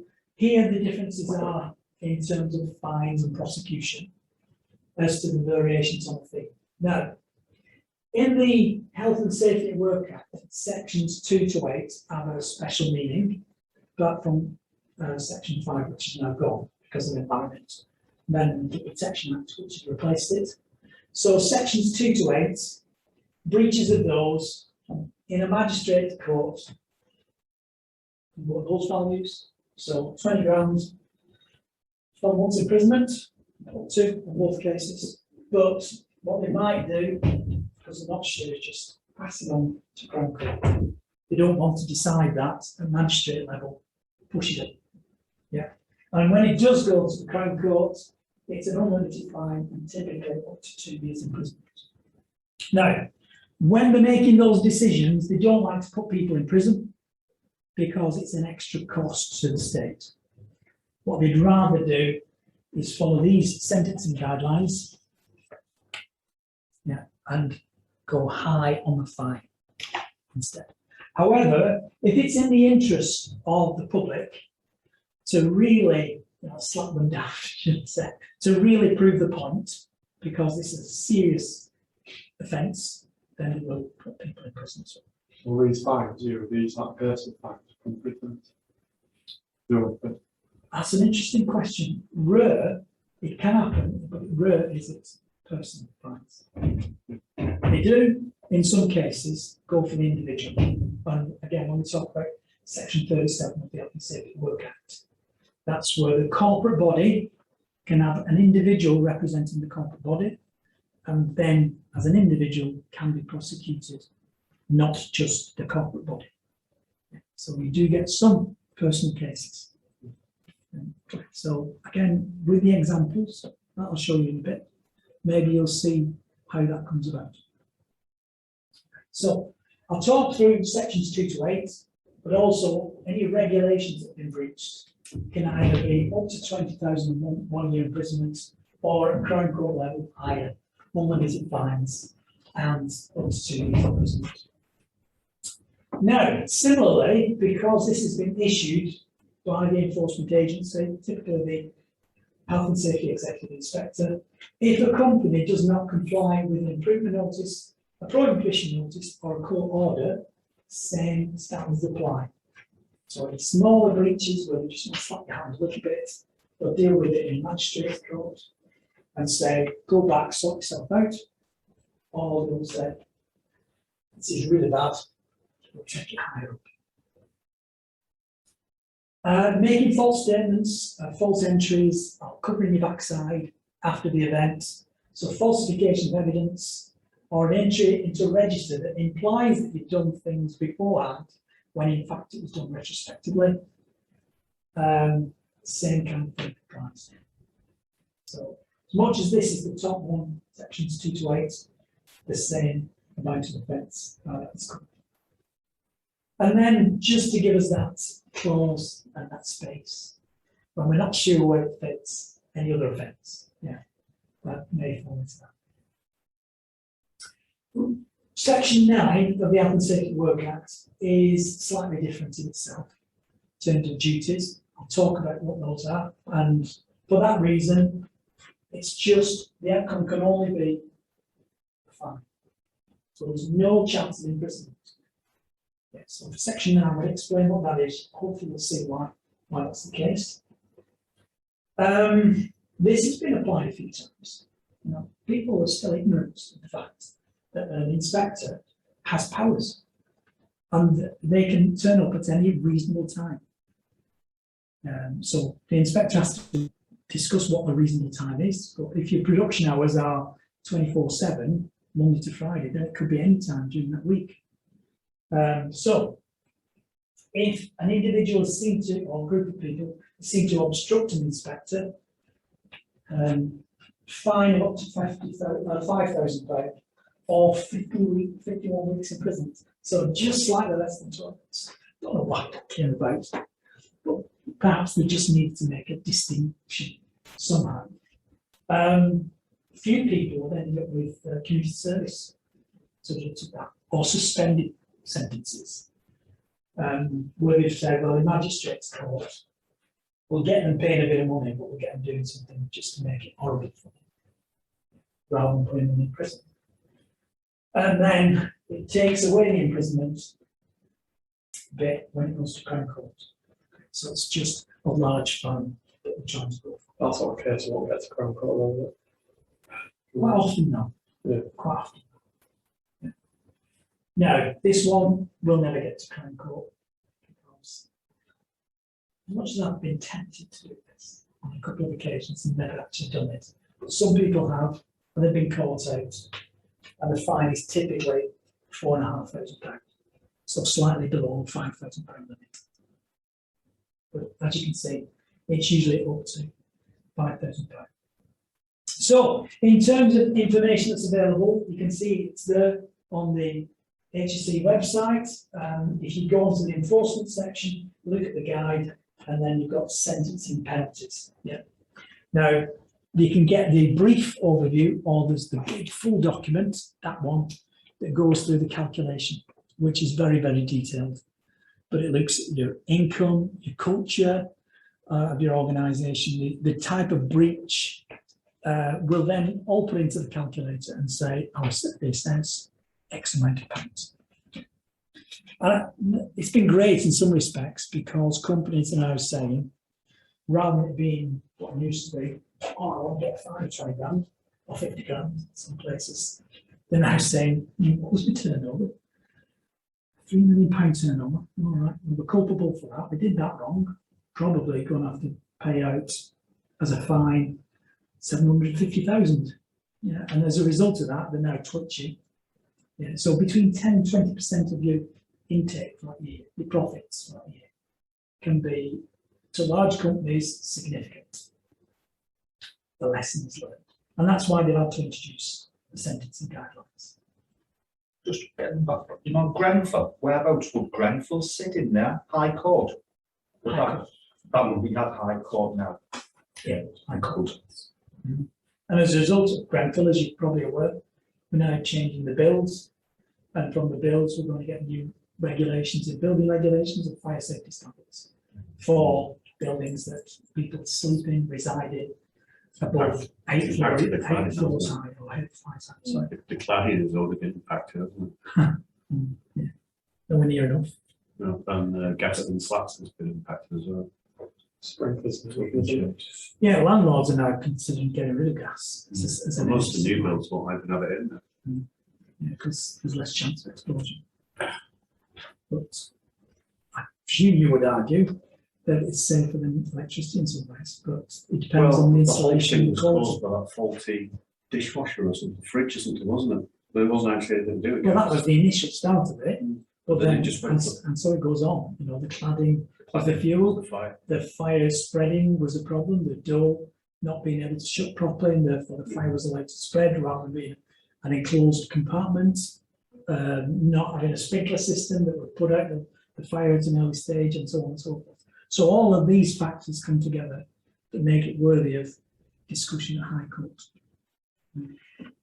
Even the tendering process came up, isn't it? But when I cover fire, you'll see how we have reacted as a country over years and years. We have to have a major fire first before we then change legislation. I wouldn't surprise if it became a NEBOSH topic this in years to come. Yeah. About to investigate. I think there's a lot of flats now, isn't there, with the similar cladding though that are now like, people saying like pretty much worthless, but we can't sell them. Yeah, You know, that's right. it's one of those flats that you've got Yeah. no value to sell it on, so they're a bit stuck. But as much as it is a fuel, if you actually treated it, painted it the right kind of paint, the risk level will reduce significantly. But they don't want to do that. It's the moral side of it. You know, you don't want to fuel the fire, just get it out. It's not morally right. But that perhaps could be, I don't want to use the word cheaper. That sounds the wrong approach, but that could be a more cost-effective way to do that as a temporary measure, Or reasonable. is to just, reasonably practicable, should we say, is to put the right fire protective coating on the top of it For the time. and spend a couple of thousand rather than hundreds and hundreds of thousands of pounds to take the cladding down and replace it. Okay, so one of the biggest changes to legislation in terms of health and safety took place in 1974, and it is, as we all know, the Health and Safety at Work Act. Now, within the title, it has that term, etc. And that etc. makes it a different approach. It allows it to be what we class as an enabling act. And the general principles, even though it's quite a few years old now, the general principles are still applicable, because it's been written in such a general way that it allows us to then build legislation, regulations and typical, and then the codes of practice that can give us the more specifics. So rather than it being filled with the old Factories Act 1961, which said things like every 14 months you must whitewash the walls of the factory. Yeah, that was just so dated, and why do I have to pay the cost of doing that every year? Yeah, and similar, the old 1824 Act, which says anything that rotates that could cause entanglement must be totally enclosed. Well, how does a grinding wheel do the job if that's the case? So you take out all those specifics, which are asking too much, and also the absolute duty was stressed too much. So there was not enough of there was hardly any reasonably practicable justifications of risk-based calculations that were allowed to put in place. So in 72, they said, all that is a bit dated, we need to have something in place. So the Robins report came out, and his committee do all this research. And this is how it then shaped and changed legislation on health and safety. So when the Act came out, it did come out as one piece of legislation rather than several pieces. So I'll give you an example. We had the Offices, Shops and Railway Premises Act, which is very, very similar to the Factories Act. And the only difference really was one applied to a factory and the other one applied to offices, shops and railway premises. So do we really need to have two? Let's just have one act that covers all. Secondly, it also covered things that weren't covered previously. So as you saw earlier, self-employed people, landlords, manufacturers, they were missed in the old law. So it gives that opportunity to cover a wider area. It covered contractors, visitors, public, etc. Because again, the workplace didn't really consider in the old acts those variations on the types of people that may be involved in activities in the workplace. There's an emphasis on the management of health and safety and also the need for safe systems of work, which older legislation just didn't do. And then that involvement, which is seen later, but the employee participation.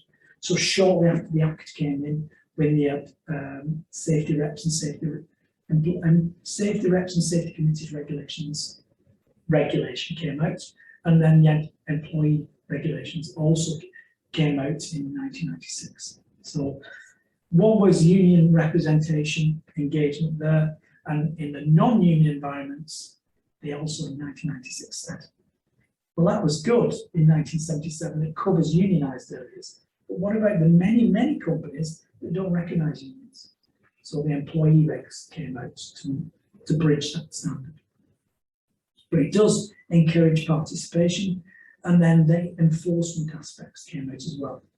But interestingly, one of the key things from this was the self-regulation, whereby each company was allowed to look at the risks in their workplace and the circumstances that they are posed with and apply the best means to suit their way of working, rather than the Factories Act and others saying, paint the factory every 14 months with whitewash. Yeah, so it was good in many ways, and it did bridge gaps that were left in older legislation. Because the HSA are very keen on saying that blanket bans don't work and stuff, don't they? That's right. Like blanket approaches and stuff. Or one approach doesn't suit all. Exactly, yeah. They don't like that.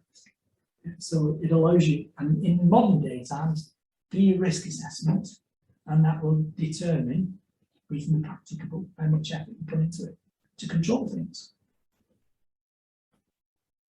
So I've used this umbrella kind of approach for a long time now. And don't forget, it's got that word etc. in there, which makes it an enabling act, which means that other legislation that's born or improved and brought along or even revised on a yearly basis, every now and then, it makes it up to date and applicable. Yeah, so it makes the act still useful today, 50 years on. Not quite, 50, 47, 8 years on. Yeah, it still makes it applicable. Now, at the time, how many have we got? 1, 2, 3.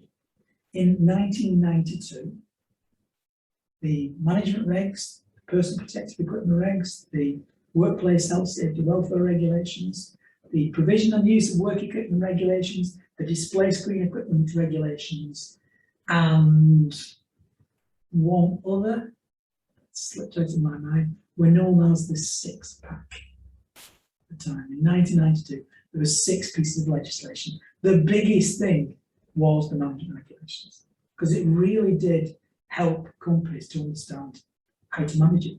So I'll talk a little bit about that later on. So for me, it's number 1 at the top is the Health and Safety Work Act. Number 2 is the management regulations. And then all other legislation comes under that. Yeah, so that's a good way of interpreting it. But as you can see, even though in 1989 the cost regulations came in place, they were upgraded in 2002. But at the same time, in '89, the electricity regs came in and also the noise regs came in. But the noise regs have been amended since, the cost regs have been amended since, to take account of better ways of doing things, to take account of the history of incidents and ill health, and say, well, we need to address this in a different way and a better way. So again, the Act still stands, and you change the legislation, etc. The enabling bit keeps us up to speed. And there's a lot of regulations out there. I have to, or had to, and still do. So at the university, I think I have 72 pieces of legislation I have to consider in a variety of different risks at the university. So I think I was saying to Gary before, so one day I could be in the biology labs, another day I could be working in the mechanical engineering area, another day I could be in English area. The strangest areas was maths and psychology. Strange breeds in those areas. They bring along their own personal risks. Are you expected to remember all of these, Graham? Oh, I'm glad you came, Gary. That question is asked every time. Do you think that I need to know the ins and outs of every piece of legislation? How could I possibly do that? No. Of course, the answer is no. But what I will say, there's a lot of transferability. There's not common ground. There's a lot of similar approaches. One risk to another. There's very much things that you can say, well, that might be mentioned in one piece of legislation, but it's the same principles are in several areas as well. So it's the general understanding. That's what we were saying last week, why they've gone to the open book examination tools, knowing where to find information. Yeah, in terms of the exam It's itself. the wording of it, isn't it? Yeah. To get Yeah, it right. you You know could- what you're on about, you just don't know. Yeah, if you try and get bogged down with, regulation 11 of the pure regs and understanding that implicitly and how that's applied in the workplace, well, yeah, we'll make this course 6 years long. See what the pass rate of that is. It's just supposed to be general, isn't it? It is, and that's the reason behind it. At this level, at level 3, there's only a certain amount of understanding that's expected because it is a stepping point. And as much as it's general, it means having this qualification means you could be working in an office one day, and another day on a construction site. So the generality of it will allow you to prepare for those variations on things. So no, it's impossible to make or get you to interpret every piece of legislation that may be applicable to you in your environment, workplaces. And if you want to scare yourself, if you read through the index of that book and you look at all last night. and you look at all the legislation that's there, Probably numbers. of course not. 45. Crime will give you a discount. Look for a second hand. You just get it delivered quicker, that's all. That's it, yeah. Look for a second hand one. So students that have been on this course, they've used it for the course, but they said, not going to use it yet. It's on the site. It's still there. That's really, you keep it, wouldn't you, as always as a reference? I do. I've got the uni books. I got all the HR ones, like from uni, they did the swap scheme. And I've still got them. I've not looked at them in about 3 years, but you they're know, there because they're probably still referring back to them now. Exactly. Whereas in that book, I've got 3 editions of that. That's perhaps edition 3 that's still got on the shop. I won't look at that again, but I'll certainly look at that edition. I've got quite a bit of gas and electric side. I mean, the BS 7671, which is the international wine regulations, they seem to put an update every 3 or 4 years out and con people into buying a new one. When you can actually just get the 3 bits of paper that you really need. The amendments, yeah. But when they do a new edition of it, so we're currently on edition 18, and there's a new version, an amendment coming out in 2022. Then eventually at some point will be edition 90, which will be edition 18, just reworded very slightly. But I mean, I've got, it's like a rainbow of books just for that one standard. From the 16th, when it went through 3 different colours. The 17th was red, green, yellow, I think. And then you've got The 3 another green one. amendments. So I got a blue one for the 18th. Yeah, so, I can't think of the old, is Ed Ferret Yeah. and the other guy. Phil Hughes. Great name, Ed Ferret. Ed Ferret and Phil Hughes. So they've the been doing this now for 20 years, and the royalties associated with changing, they must be doing all right from it. Well, they're on private, yeah. Anyway, let's move on. We've got a lot to cover. So there are 4 parts to the Health and Safety at Work Act.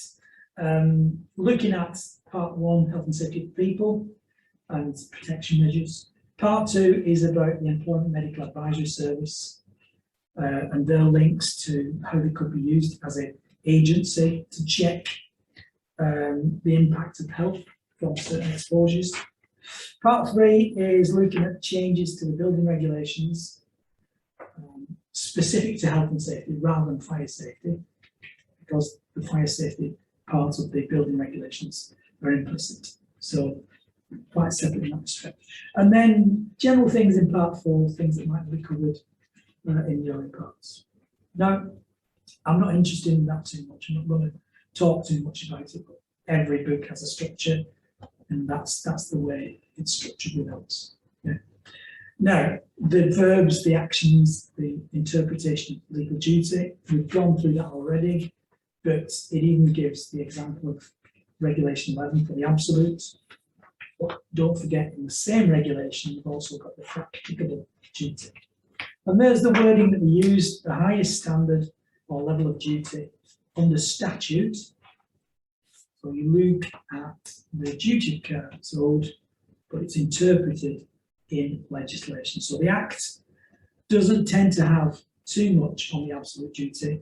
There's more of it on reasonably practicable, whereas in specific legislation, it's more detailed. So in the management regs, for example, it says young persons and pregnant females, you must do a risk assessment for those vulnerable people.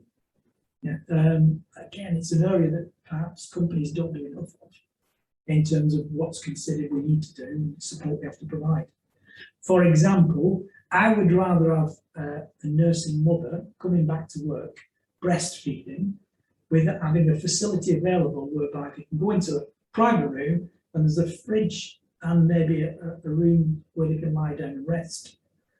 And then they can use the breast pump, store it in a bottle, put it in the fridge, take it home again. Yeah. Now that is a typical requirement of one piece of legislation. But part of it covered by, it's an absolute duty that you must do a risk assessment. The reason the practicable bit comes into what we're going to put in place in the workplace to support that. So the cost, time, the effort on one side, the level of risk on the other side. So it does vary. But I've gone through enough of that. I'm not going to tackle that in any detail. All I will say is just think about those examples I talked about earlier, and then how can it be interpreted and applied in the workplace when you read it in a piece of legislation. Okay.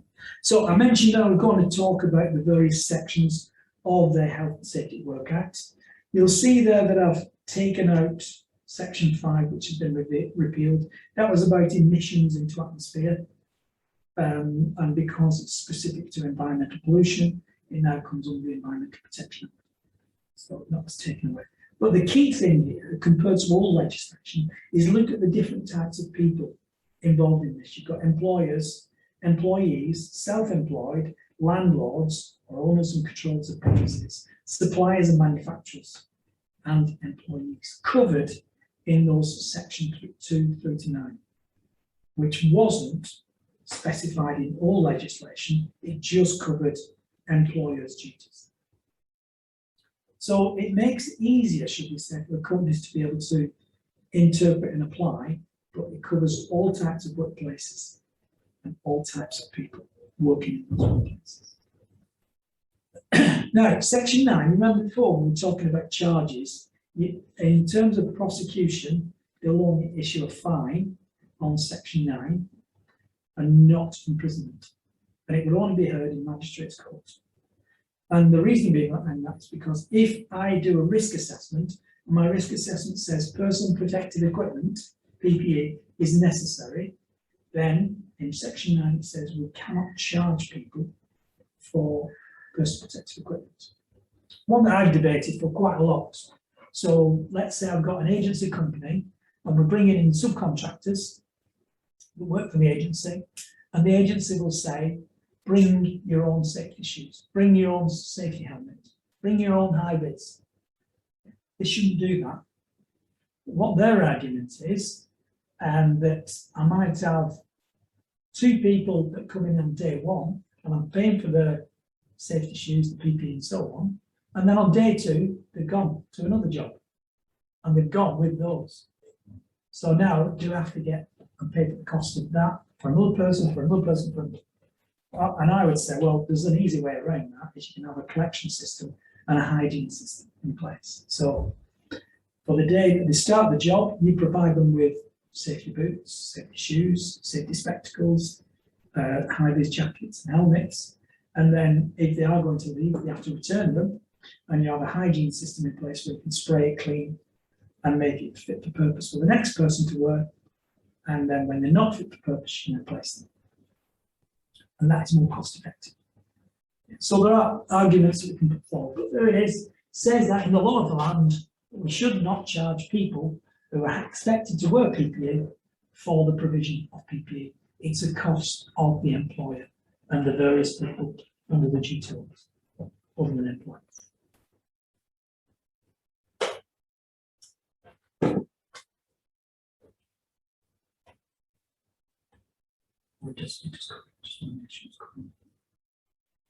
Yeah, so as much as that, if I click on that now, just to show you, I clicked on that, it take me to the Health and Safety at Work Act on the HSE Gov, sorry, the legislation.gov.uk. Right, so as I was saying before, way to look at this, some people have been confused about this, but if you want to download the whole Act, if you go to the print options, so I'll click on that, you then have your options as to which one you want to do. Rather than printing, it asks you to save the document first, and then open the document and then print it. Right, so that's your way that you do it. So go to the print option, pick out what you want. And so the one for me would be the whole Act. I download that, and then I've got a copy in my library. So just so you see it, see what it looks like.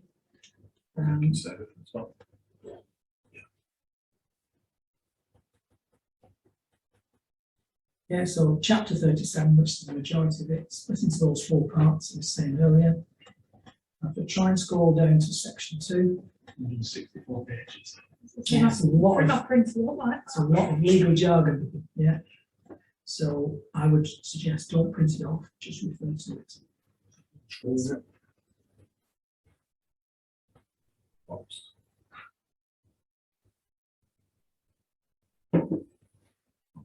So that's section 4. Section 3. So that's how it's written in the Health and Safety at Work Act. Now, the similarity to what was saying the duty occurred before, it's all in the information instruction training supervisions in there, safe systems of works in there, safe people, it's all in there, it's just put into legal jargon. So if you want it word for word, that's how it is. Download it, you'll see how it's quantified in every case so far as is reasonably practical. But also it's a general duties of employees.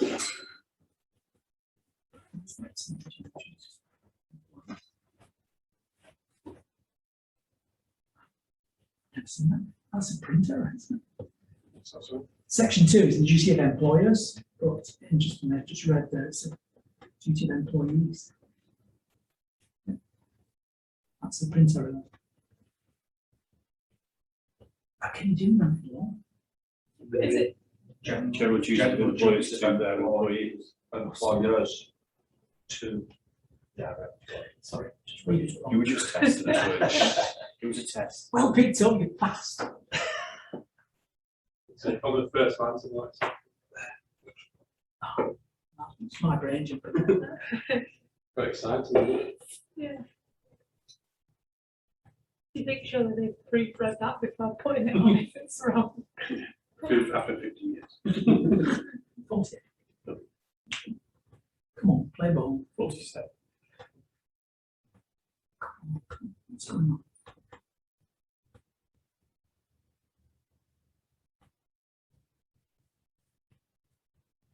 Okay, so we've gone through that. So let's look at each one in parts. This is obviously the summary of the key points, rather than you just seeing it in the legislation that's written. This is the summary of the key headings and key points. So this is where I usually get you guys, if you don't mind, getting on your little soapbox and doing that for me, because this is one of those moments whereby the overall writing principle of the employer's duty. You guys need to know this, because this is your argument to any employer, but it's your duty to ensure, suppose it's reasonably practicable, the health, the safety, the welfare at work of all your employees. Right? So I argue that so often. You'll see examples of prosecutions, and a lot of them are Health and Safety at Work Act Section 2(1). If it doesn't fit under anything else and they can't pinpoint it, it's that general overriding duty to ensure. Okay. Why? Moving on. So 2.2, it gets more specific. Yeah, and as I was saying before, as much as I've only highlighted some of it, 2.2a, safe plant, safe systems of work. 2.2b, use, handling, storage and transport. Right, so those verbs, should we say, those description areas of activities, how we might use either articles or substances. So parts of it might cover COSH, parts of it might cover manual handling, parts of it could cover equipment, but really it's about how we use it, how we store it, how we get it in place and the things around it. Okay, so use, handling, storage, transport, or whatever it is, it's got to be safe. The general duty. The third one is IIITS, Information Structure Training Supervision. I think I covered that in the generality before. Yeah, they've got to provide that. So, in terms of, it could be information that's maybe in a leaflet. It might be instructional in terms of a toolbox talk. It might be formal training that covers some time in the classroom and some time doing practical elements. Yeah, so there's variations in interpretation of how that applies, dependent on risk. And for something that's complex, there'll be more information, more instruction, more training compared to something that's simple and low risk, where you might just give an advisory note. So that's why we have all three types, information, instruction and training, because it depends on the type of activity, the risk associated with it. But as we said before, that's vitally important to make sure the behaviours, the acts, the human factor is considered and it's monitored and it's checked, and then when people aren't following the rules, there's opportunities to bring them back in line. So it's really important, that particular one. The safe place itself, the safe access and the safe egress, yeah, the workplace, getting around it, getting into it, getting out of it, those aspects in general. And then the working environment itself needs to be adequate in terms of welfare facilities.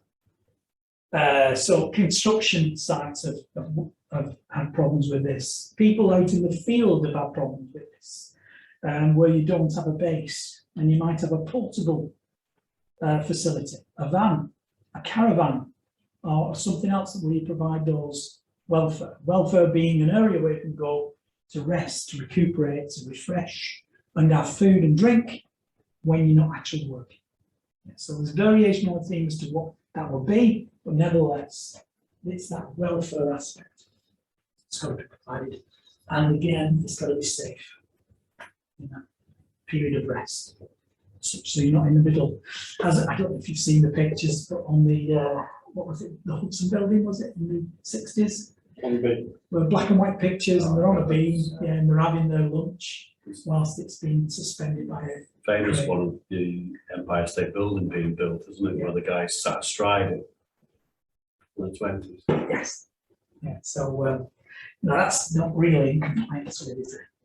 But construction sites, I did an audit in a company last year, and they didn't have a toilet facility. So I said, if an inspector turned up, you will be prosecuted for that. And then 2 weeks later, the inspector turned up. Thankfully, they got a portaloo, but it wasn't sufficient.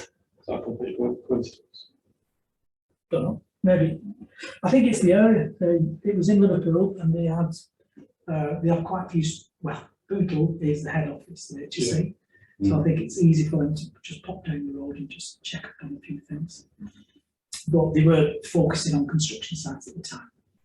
Yeah, I think purge a few years back on people working at height, where they prosecute people straight away if the Yeah. building's got a bias, when there's nobody footing it. There are targets set every year by the HSC, and that's why I look at the documentation to say what we're going to focus on this year.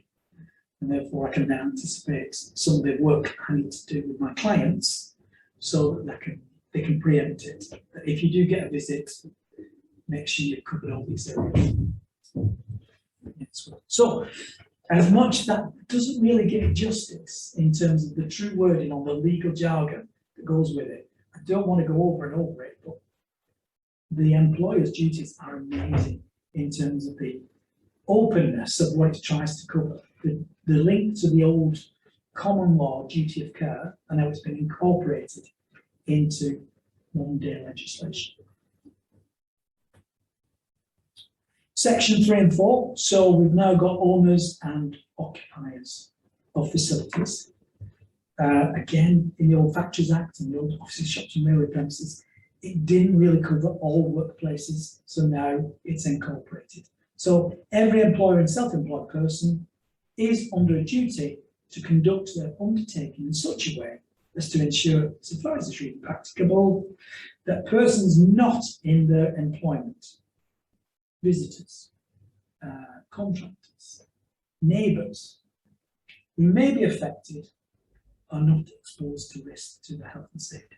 Is that the section that a lot of gas companies get prosecuted for? Yeah, if you have a bit like a gas emission, should we say, but let's say you have a leakage on the site, where is it going to go?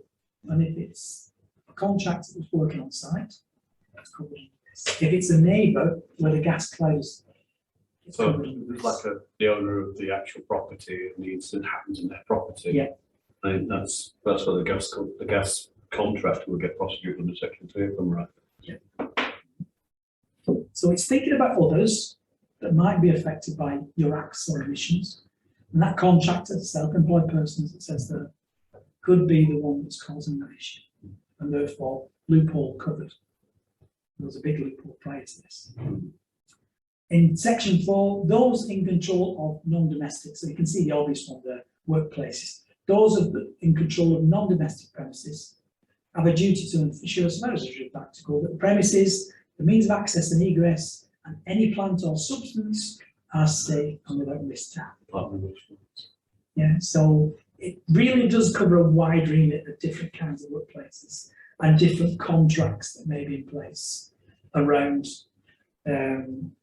owners and landlords. That's what manufacturing supplies to some degree as well. So, you know, is there any need to put in from a fire risk assessment, a sprinkler system or a suppression system? It will be interpreted as part of this.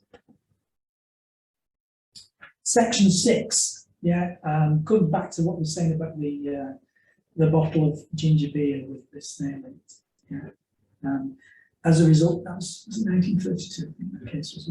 So we have knowledge of these things that have happened in the past. Yet in the Factories Act and the old Shutting Up, it doesn't really cover manufacturing suppliers. Now the opportunity came up in 72 and in the 74 Act we built this in. So those people that were never previously had those duties have to think about similar things to what the employer has to cover, and they've got design, manufacture, import, supply any article or substance. So again, it's been well thought of. How would you use this? How is it the manufacturer or supplier could be interacting with a customer or another employer? So they've thought about those variations to try and cover all angles in terms of the manufacturers and designers, suppliers, activities. Yeah, design, manufacture, import, supply. Then more specific articles or substances, which typically cause hazard, must ensure that it's safe, where possible without risk, when it's properly used.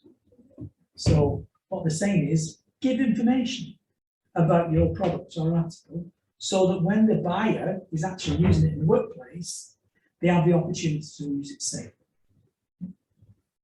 They test it and examine it. If you're going to say, oh, it is fit for purpose, prove it. What does it say in the testing? What have you used to make sure it's safe and fit for purpose? So let's talk about vibration and the changing designs of power tools now to try and reduce the amount of vibration that's produced from that piece of kit. So changing the design, using, let's say, plastic parts rather than metal parts that are creating more resonance and more vibration. And so putting more on them to think about, check to make sure that what you say is in fact true. Volkswagen could learn a bit from that. Provide adequate information. So again, similar to what we were saying before, in terms of typically that means manuals. So if your supplier and manufacturer tell you about that piece of kit, it's more likely that you're going to apply it in a safe manner. Research to cover or eliminate or minimize the risk to health and safety. And I think that's one that some companies have not really adopted as well as they could do. So they're doing just about enough under the term of cost and being able to sell the unique selling proposition, perhaps, as to choose us rather than them. We are better because a little bit on quality, but that research should be in place to say, I've tested it, I've examined it, we've looked at variations on this. This is the safest way of doing it to minimise risk. And then the installers or the erectors have got to make this equipment less risky. So it may be something that needs screwing to the floor so it's stable. It may be that it has to change the design to allow that. If you're going to lift it from one part of the, let's say off the back of a truck and then put it into the middle of the factory, and you have to use some kind of crane system, on the design, you might put in an eye bolt that's strong enough to be able to pick it up with the crane and then drop it off in the right place without increasing risk. So again, thinking about everybody involved in the use of that equipment that's not the employer. So erectors and installers now have duties specific to them to make sure that when they put it in the workplace, it gets there in a safe state and it remains safe. So I always find that kind of encompasses an area that really wasn't touched on in legislation prior to this. And even though it is quite general in its approach, and again, you can go through all the legal jargon if you wish, it's a lot better than it used to be. Right, section 7 and 8, it felt that employees' duties needed to be put in there because if employers, manufacturers, suppliers and others were having to do their bit, then it's only right that employees do their bit as well. So that when they're tasked with doing things in a safe manner, they do in fact do it safely. When they have to use equipment in a safe manner or work person protected equipment, they do it in the manner intended. Now, if you put these rules in place and then there was nothing like this that supported it, you couldn't do discipline, you couldn't change culture, you couldn't change behaviours. So for me, it's a big one. And in your contracted employment, in your policies and procedures, if it has mention in there that it's an expectation and it's a law requirement, it's more likely that people are going to change their behaviours. So there's the shop thing and not follow that. Correct. In my humble So opinion. it's Well, section 7, I think. yeah, we would use that as our defence. So look after yourself and look after others that might be affected by what you do. Those are the basic Yeah, principles. but it's got in there what you do and what you don't do, acts or omissions. Yeah, so if you remove a guard or if you ignore the safety procedures, acts or omissions, do's and don'ts. Cooperating with the employer. So if they've had to write the policy, write the procedures, give you information, instruction, training, and so on, use it. Cooperate with your employer to help them comply with their legal obligations. Section 8 is a slight variation on that. So what we're saying is if something's provided in the interests of health and safety, again, go along with it. Don't misuse or interfere with it. Classic will be if you take a guard off a machine because it's going to be easier for me able to use that piece of kit, then you're doing so at your risk, but you're breaking the law. So if it's designed and provided in that way, keep it safe. So don't interfere with, don't misuse anything that's provided in the interest of health and safety and welfare. And then section 9, I was saying before, that charging of PPE, personal protective equipment. As I said, we don't want a debate on that in the past, but that's section 9 of the Act. Obviously, we're jumping a lot here, but the bits after that, from section 10 through to 19, are procedural related. How we apply the Act and who's going to do it. So rather than going into the bits and pieces around that, we jump now to section 20 to 25, which is a big area about the powers of an inspector. Yeah, so in order for them to enforce, they have powers higher than a police officer in some ways that cover those 5 sections, that make it easier for them to be able to put in place the rules, the regulations, and check out that it's being done. So the power, they have their little ID that comes around when they walk in. They've usually got a logo, HSE inspector on there. They've got fleeces maybe that's got it on. They've got their little black book that helps them to follow it. They've been through a lot of training to make sure that procedurally they do investigations in a correct and timely manner, but follow that procedure so that things don't go wrong. And by doing that, we're more likely to be successful in our prosecutions. There was a bit of a recruitment drive, haven't it? Taking on training inspectors. Yeah. 2 years ago, I was doing a course in Merseyside, and there was 2 administrators from the HSE on it, and they didn't like working there. Yeah. They say that the turnover of inspectors is high. Quite a lot of people work there for maybe a year, 2 years. Once they've got on the CV, they're off. I mean, they had a good start in there. And we can get major books when we go into this field, health and safety advice. There's a trainee there on that, £32 to start with. Yeah. I was quite surprised when speaking to Steve Critchlow, who's the only gas qualified, so gas registered person at the HSE. I was like, what? One? Yeah, there's only one actual registered person that's him. Yeah. I was just like, It is interesting how they do it, so to show experience and competence.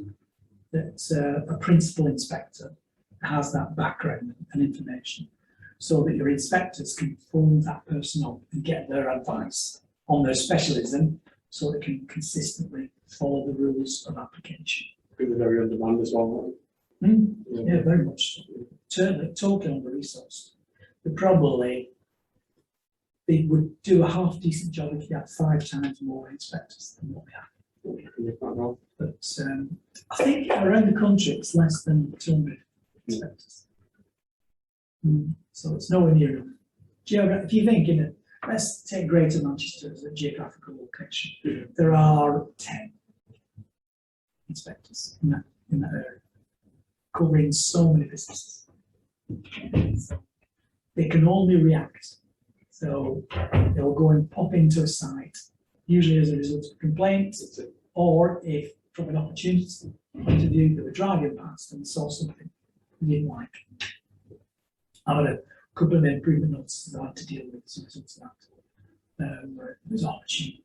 Just drove, oh, what's that? Somebody hanging up a scaffolding. Oh, in the pub. Let's have a look at this one. So But in order to do it, they need these powers. Yeah, and within those powers, it allows them to do a decent job. So go on site at a reasonable time without being questioned. You can't detain them, you can't stop them. You are there to assist them and allow them access to site. When an investigation is being done, they're allowed to examine all kinds of things: products, information, details, records, copies of things. Show me. Yeah. And the number of times on a daily basis when you've got an inspection site, you get a sore neck from all the nodding, yes, my lord, kind of approach. Yeah. Anything else you would like? Certainly. I'll go and get a coffee from you straight away. Anything else you would like? Can I have a record of the training? Certainly, I'll go and get it now. Anything else you would like? Because that's the power that we have. And if you're not seen to be supported, you enter the premises at a reasonable time and you can't obstruct an inspector. So you're better off being open and honest without dropping your company in it. Yeah, so give them enough without dangling yourself from the rope. Take samples, take photographs, dismantle parts of kit, remove kit, equipment and substances so they can have it analysed off-site or in a lab, or get it tested or fit tested or what it's capable of doing or not doing. So they can go away and do their own research and come back and say, our test results say this. Yeah, so that can be done by them. Production of books, records and computer documentation or other systems that help companies to show that they are compliant, so they can request that. And you can't use GDPR as a defence. Yeah, we are professionals. I'm working on behalf of the government, give me the information. Seize, destroy, render harmless any substance or article. Now, the issue there, did you say before you left your tools on site when they went into? No. Oh, it was you, Gary, wasn't it? Yeah, so tools were left behind. Can you imagine? A prohibition has been given to you, and then they say to that, I've had one with asbestos. In that room there's asbestos. Lock the door, take away the key, and put prohibition notice, do not enter. They're within the powers to do that. However, a guy, contractor, needed his tools. What did he do? Sledgehammer, broke the lock, went past the notice, got his tools, came out, prosecuted as a result.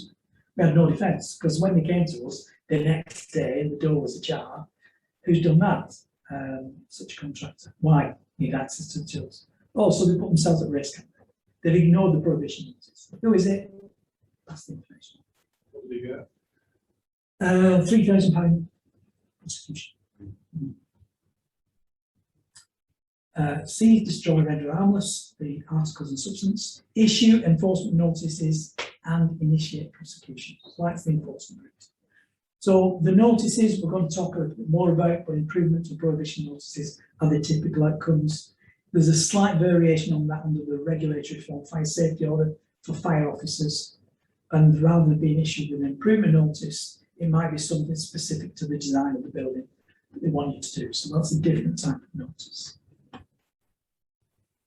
But typically, those are the two types of notice. Now, if it's something not perceived to be immediate danger, perhaps it's procedural breaches of legislation, but it's not deemed to be dangerous, typically, they will say an improvement notice.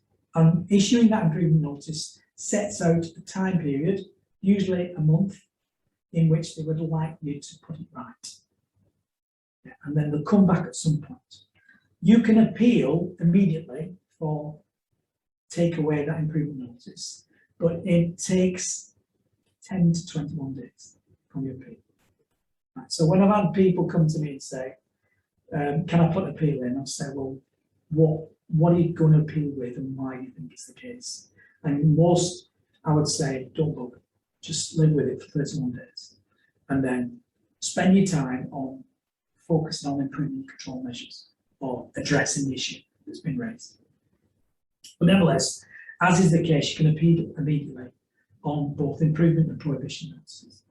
Sorry, if they put improvement on your improvement notice and you don't that, you still continue on your own and just implement Yeah, yeah. So with a prohibition notice, it's more a case of what they see, they feel to be serious. Yeah, can result in serious personal injury. A lot of people say that's danger. Yeah, but that's how it's worded. Anything that could result in serious personal injury. They deem it to be dangerous. They're not interested in the fact that you're breaching legislation. They're going to say, this is not safe, salt it. Don't do that practice, or don't enter that room, or don't work on this aspect. Prohibition notice issue. And at your peril if you breach that, because they will come down hard. Okay, so there's a lot more to it, but that just gives you an understanding and appreciation of what it is. What I'd like you to do is do a little bit more in-depth reading, should we say, on what that is. In section 36, offence is due to the fault of another person. Yeah, so rather than it being the first person individual, the corporate responsibility as a body, corporate should we say, another person, the second person, can also be charged at the same time as the first person. So if you start investigating, and initially, let's say the Cumbria incident where we had Legionella exposure in Cumbria, initially they could just look at the body corporate and say the council were at fault, right? But instead, they went for the facilities manager, who it was quite obvious that she'd taken out some of her budget for that year, and rather than using it on Legionella checks, she decided to use it in other areas. And by doing that, she's not done the inspections, she's not done the checks, she's not got an independent person in to make sure the bacteria growth wasn't growing and so on and so forth.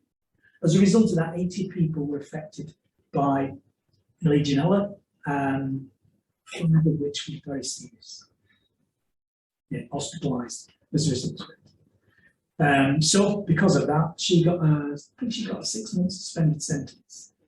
But as the individual, they were prosecuted. She was fined, I think it was £10,000. Now that was in the 80s, sometime. You can imagine what it might be nowadays. But it had the ripple effect. Legionella was taken seriously as a result of it. So here we're trying to pinpoint, we've covered as many as we can, but if the investigation identifies that there was others, secondary persons, that were contributing to that particular case, then they themselves could be prosecuted. And the HSE has the power to find that out and then pinpoint the one person. For example, an employer may be prosecuted under Section 2, the general duties, but during the investigation discover that the manufacture of the work and the work equipment may also be at fault. I had this a few weeks ago now with one of the companies, and it was as a result of improvement notice that were issued, but we also find that the manufacturing supplier of some of the kit wasn't giving the right information out. So the HSC said, we're now going to remove this improvement notice. However, I'm also going to have a word with the manufacturer supplier to make sure that they are better in their approach to providing information on this hazard. So again, it's under their ruling, they're allowed to do it. Literally is who's at fault, and as much as that employer might be at fault, others could be at fault as well. Section 37, liability. Here we're looking at the body corporate and various representatives at senior management level. Okay, so as much as it says directors there, it really does incorporate even the people who don't have director in the title. It's focused on the senior management team as such. And as a result of this, it has personal liability. So again, just like the previous one, you can finger point individuals rather than just the body corporate. And that way, as a result, they themselves as individuals can be found guilty, they can be punished accordingly, and within that, it could be an imprisonment and it could be a serious fine. What they'll tend to look for is how much money can we get back on this that can flow back into the government, and they use that offence guidelines to work that out. If it's in the public interest though, they will then finger point to individuals. So corporate manslaughter has been developed as a result of the weaknesses or the gaps in this particular area. Yeah, so consent and connivance or conniving. Yeah, if you're conspiring or conniving to cover your tracks, or you're negligent in a way where you should have provided something but you decided not to. Yeah, if that is pinpointed to a senior manager at high level, then they can be found guilty. Part of that guilty could be under the Directors Act, could stop them from being a director for a period of up to 15 years. So the reason why they've had to do that is because in some companies what they've done is they've gone into liquidation, and the following day they've set up as another company. It's the same team doing the same things. So with the strength now, should we say, of Common and Statute Law, there was a crane company in Liverpool and they were prosecuted for £1 because there's no point taking it further because they went into liquidation. But same directors set up as a crane organisation. So in that instance, the crane driver died and the crane collapsed. A lot of damage to the crane, to the property that they were working on, and the neighbouring property when it fell over, but unfortunately also the death of the individual. So at the time, before corporate manslaughter was in place, it was just this, and there's too many gaps. So they've had to utilise the Corporate Manslaughter Act as well. But again, you can see how individuals in it are now can be finger pointed rather than just the body corporate and the company paying out the fine. So I think that's, if I have to talk about culpability of employers and directors, which I've discussed at senior manager level quite often, I do talk about this, about section 37. So as much as by breaching legislation, the body corporate could end up with a fine and prosecution, don't forget section 37 in terms of liability of you as individual directors, because it could come out of your pocket personally, not out of the company, but out of your pocket personally. And it does influence the culture a little bit. I've found quite a few times that some directors are worried about that and they think, I don't want to be in that position. You know, it's going to come out of my pocket. I have to pay out 30 grand. I can't afford that. Or they might say, I don't want to end up in prison for 6 months or 2 years. I'd rather everything's right. Some companies, unfortunately, have to go down the route of creating a fatality and then, in retrospect, learning from that. And they might get away with this, but they don't want to be in that position again where they're being investigated. Right, before I go on to that, listen to somebody else rather than me. I'm just going to go back to the element 1. So this video, a few years old now, but it's a case in court. And Tom, Dick and Harry are three representatives within the company that all got their little bit slightly wrong in this construction project. There's scaffolding in place, and I think it's 5 local college come to visit. And that's on site, the scaffold collapses, they're all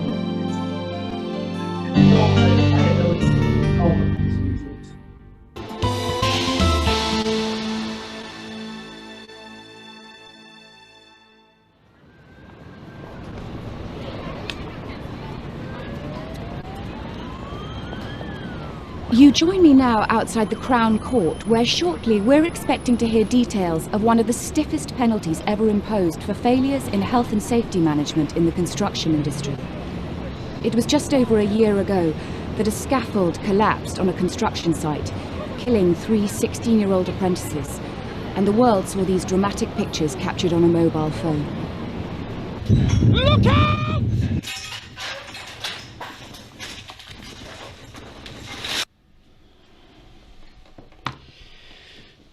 We've had scaffolding collapses in our industry before. Look at this one. Or this shoring collapse. But because no one was killed, we slip them into our next safety presentation and get a few laughs. What idiots, we all agree, and pat ourselves on the back for our continuing efforts in the management of safety in our organisations. However, the only thing that separates near misses like these from fatal accidents is the outcome. These contractors, site managers, whoever was responsible, got lucky. They fouled up, but no one was killed. But in this accident, no one got lucky. A chain of events caused by people taking shortcuts and failings in safety management reached a point where it only required one more thing to tip the balance. And that thing was blowing in the wind.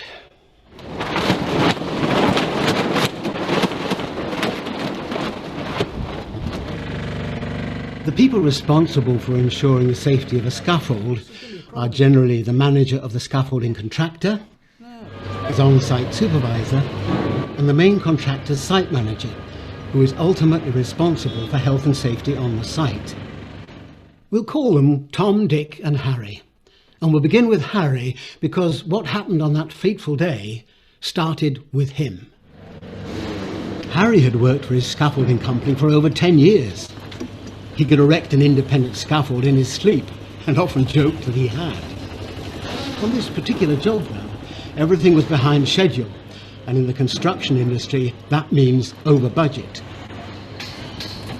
Harry, just a minute. Yeah. I need you to modify the tyres on the... It wasn't unusual to be erecting and dismantling scaffolding under a time constraint, but Tom, the site manager, was putting Harry under added pressure, insisting that he use fewer ties. Take those out and the whole thing's going to be top heavy. I mean, especially if you put any extra weight up there. Look, Harry, you and I both know there's more than enough tyres without that top row. We'll have the windows installed in a day. Come on, just help me out. Yeah, we're behind as it is. Right, okay, all right. Cheers. In the witness box that the prosecution brought by the health and safety executive, Harry took a bit of a mauling. Is it true that your company issues strict guidelines for installing scaffolding ties, but that you ignored these procedures and installed too few to properly secure the scaffold? We used the right number of ties. I mean, except we left out the top row.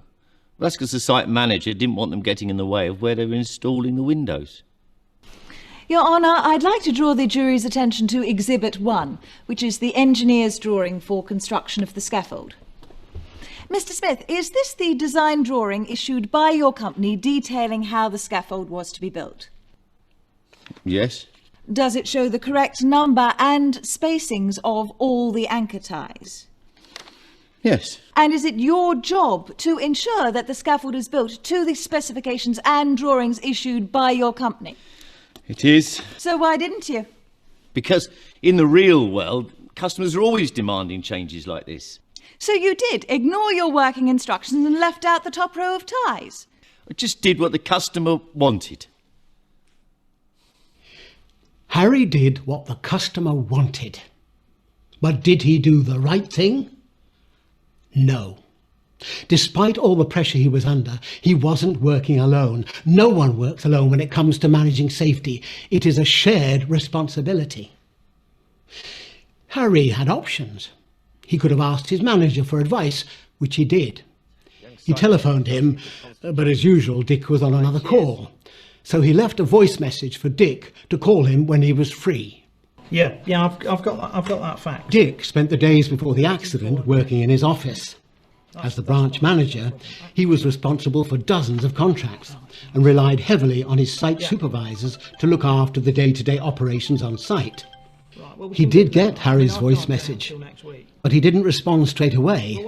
And ultimately, he forgot. Recently, his branch had been issued with special equipment for testing anchor ties, but he hadn't had time to organise the training required to use the equipment. I know you He was still using a specialist subcontractor to proof test anchor ties, be a problem if you don't. and their test record for Harry's project was somewhere on Dick's desk. Dick told the court his version of events. I had intended to visit the site, but other jobs took priority. In the real world, getting out to site is hard. That's what you have supervisors for.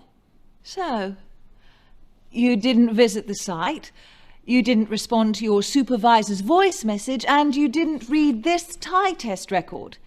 Exhibit 2, Your Honour, which clearly showed that the ties were inadequate for the loading that the scaffold was subjected to. I can't remember seeing the tie test records for this project. But even if I had, these results wouldn't necessarily have set alarm bells ringing. Does this tie test record indicate that the ties were inadequate for the loading on the scaffold? I didn't know ties had been left out. Just answer the question, please. Does this tie test record indicate that the ties were inadequate for the loading on the scaffold? Yes, but I wasn't aware of the windy weather. The site manager gets a copy of the tie test record when we hand the scaffolding over. He's there all the time. So what exactly did you manage then?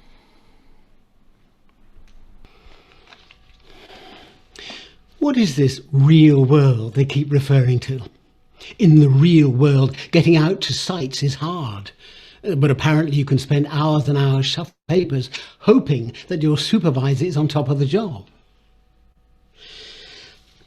This tie test record, the one that Dick should have looked at, and which should have set alarm bells ringing, states that the ties in the scaffold should have had a minimum safe working load of 6 kilonewtons of force.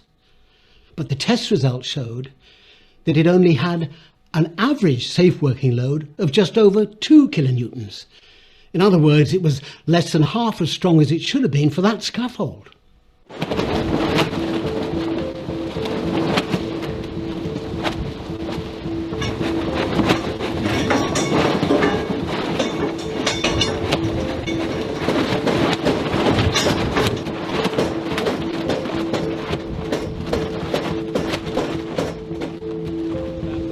When a project is already running late, the last thing a site manager needs is visitors. But that's often the way with accidents. A project falls behind schedule. Mistakes are made trying to speed things up. The weather turns bad. And suddenly a long-arranged visit by apprentices from the local construction college has to be accommodated. Okay, so what you see here is the refurbishment of the old warehouse that's very, very nearly finished. It's part of a much larger project, as you'll see when you look over at phase 2 over here. The groundwork. Distracted by the visit, Tom had not considered that the weakened scaffold had taken quite a battering from the wind during the night. Around about 9 months' time, we should be With the wind still gusting, the remaining anchor ties were subject to forces beyond their limits.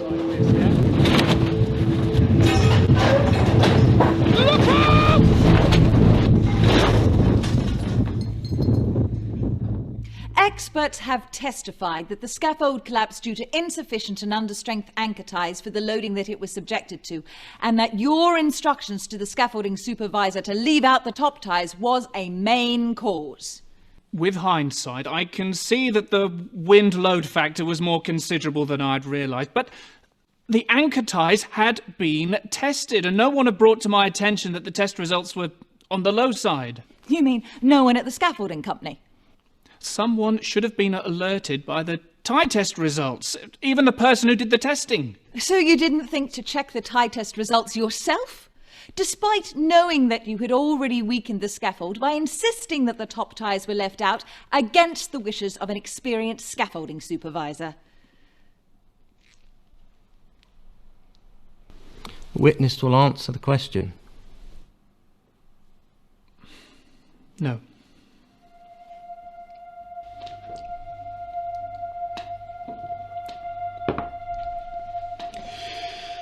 I've said it once, and I'll say it again. No one works alone when it comes to safety. It's a joint responsibility, both at the management level and the individual level. Tom, Dick and Harry all had opportunities to take preventative action. And as Tom said, even the person who tested the anchor ties could have said something rather than just faxing off the tie test record and assuming that someone else would pick up on the low readings. They all thought they were working in the real world, a world which, in their eyes, included giving in to pressure, making compromises, taking shortcuts. Not one of them showed real safety leadership, despite their training and experience.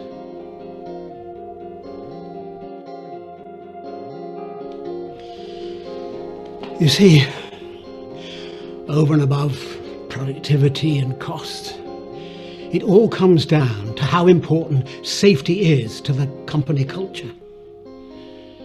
That is where the real world begins. And that is why what happened on that day is my responsibility as well. Pounds for a project like this, yeah? Look out!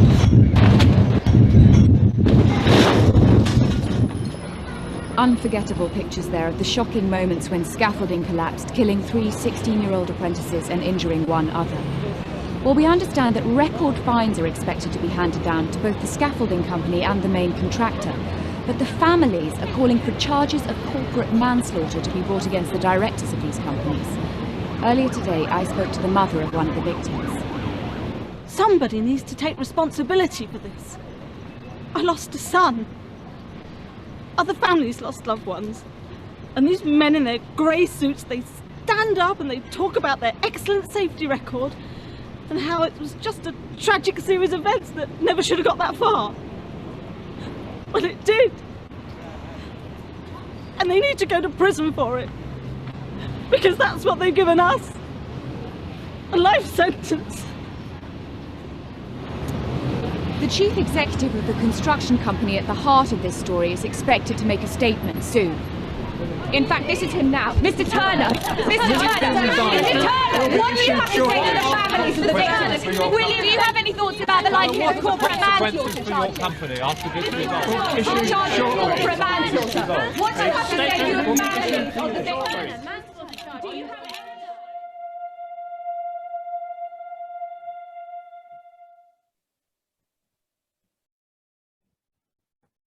I'm calling time out because I've got a bit of catch up to do. If you want to do a quick self check, you'll see on the back page whether you're in the ballpark. I'm not overly concerned if you've not got 2.1, but if you've got section 2, yeah, read that in terms of your answer to that. I'm just hoping that you can see the different types of people in terms of section 2 or section 3. And then in the third one, you've got section 37. Yeah.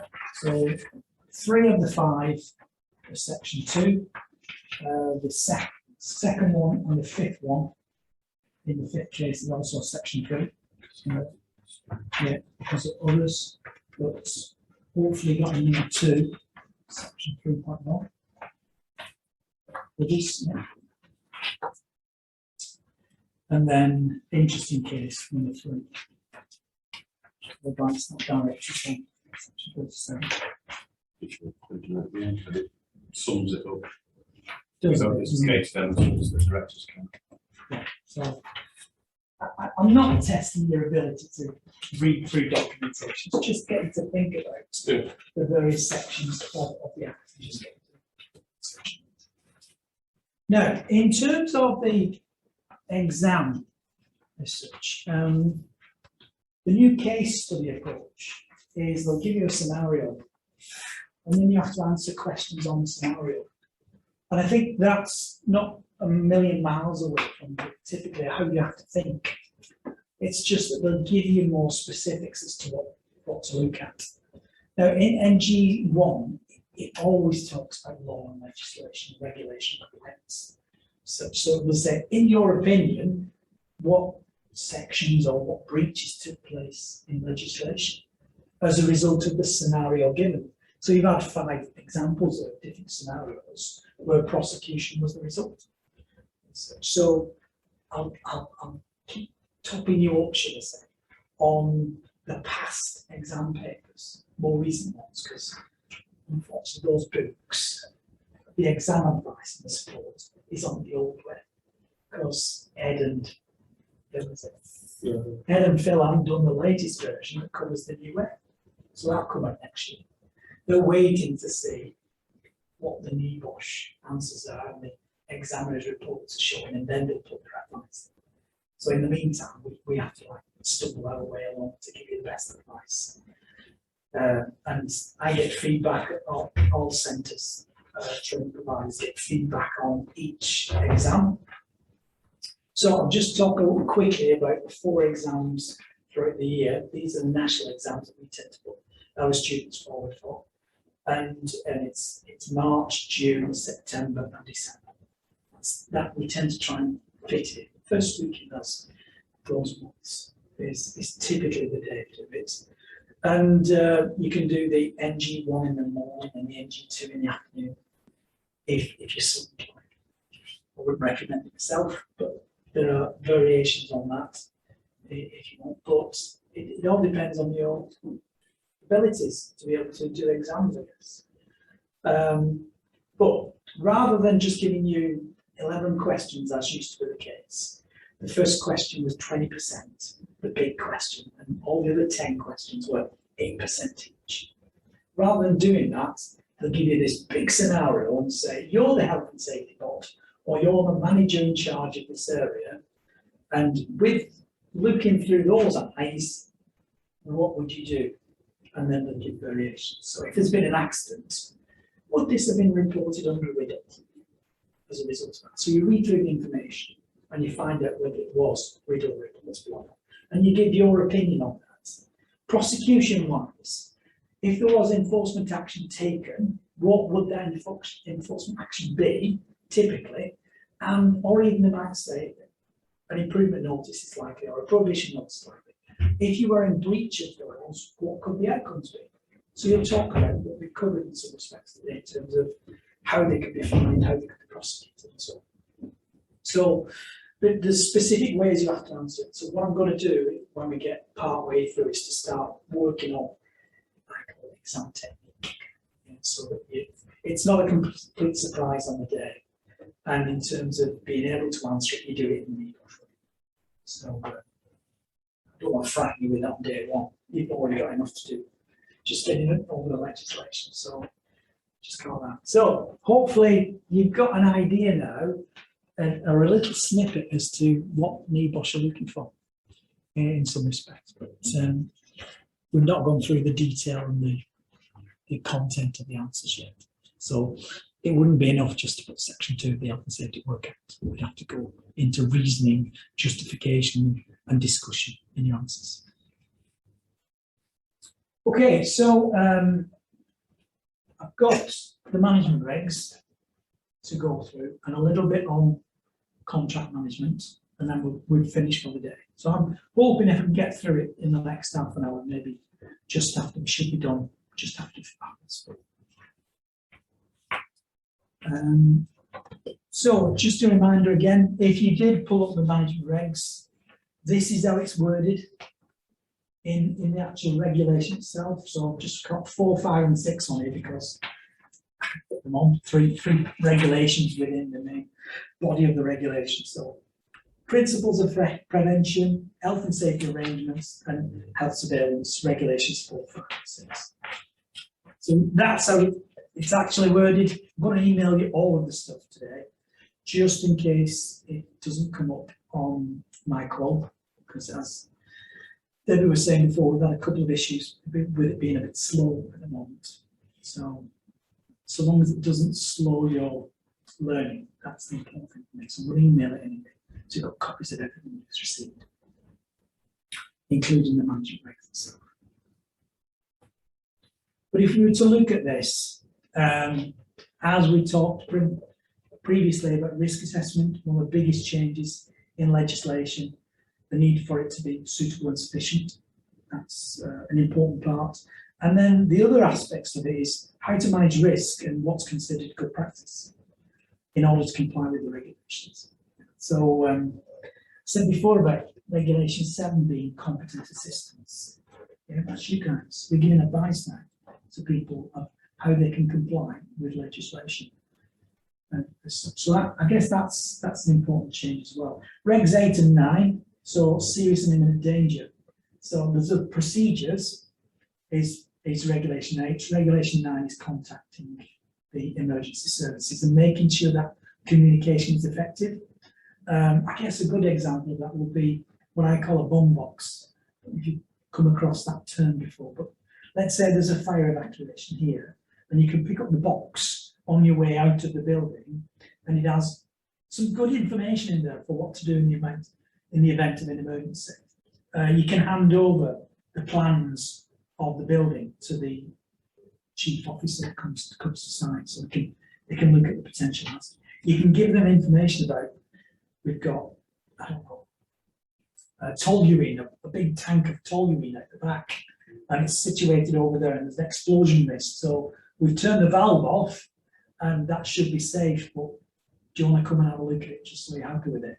And then they'll just maybe touch it, feel the temperature, and make sure it's warm or cooler, and then say, that's not a risk. We can work on that. So a bomb box has some good information in it, but over and above that, you might have your fire marshal's vis vest, or it may be you've got to put on safety PPE, so got that in it as well, as much as it is about an emergency procedure and what needs to be done and how you pass that information on.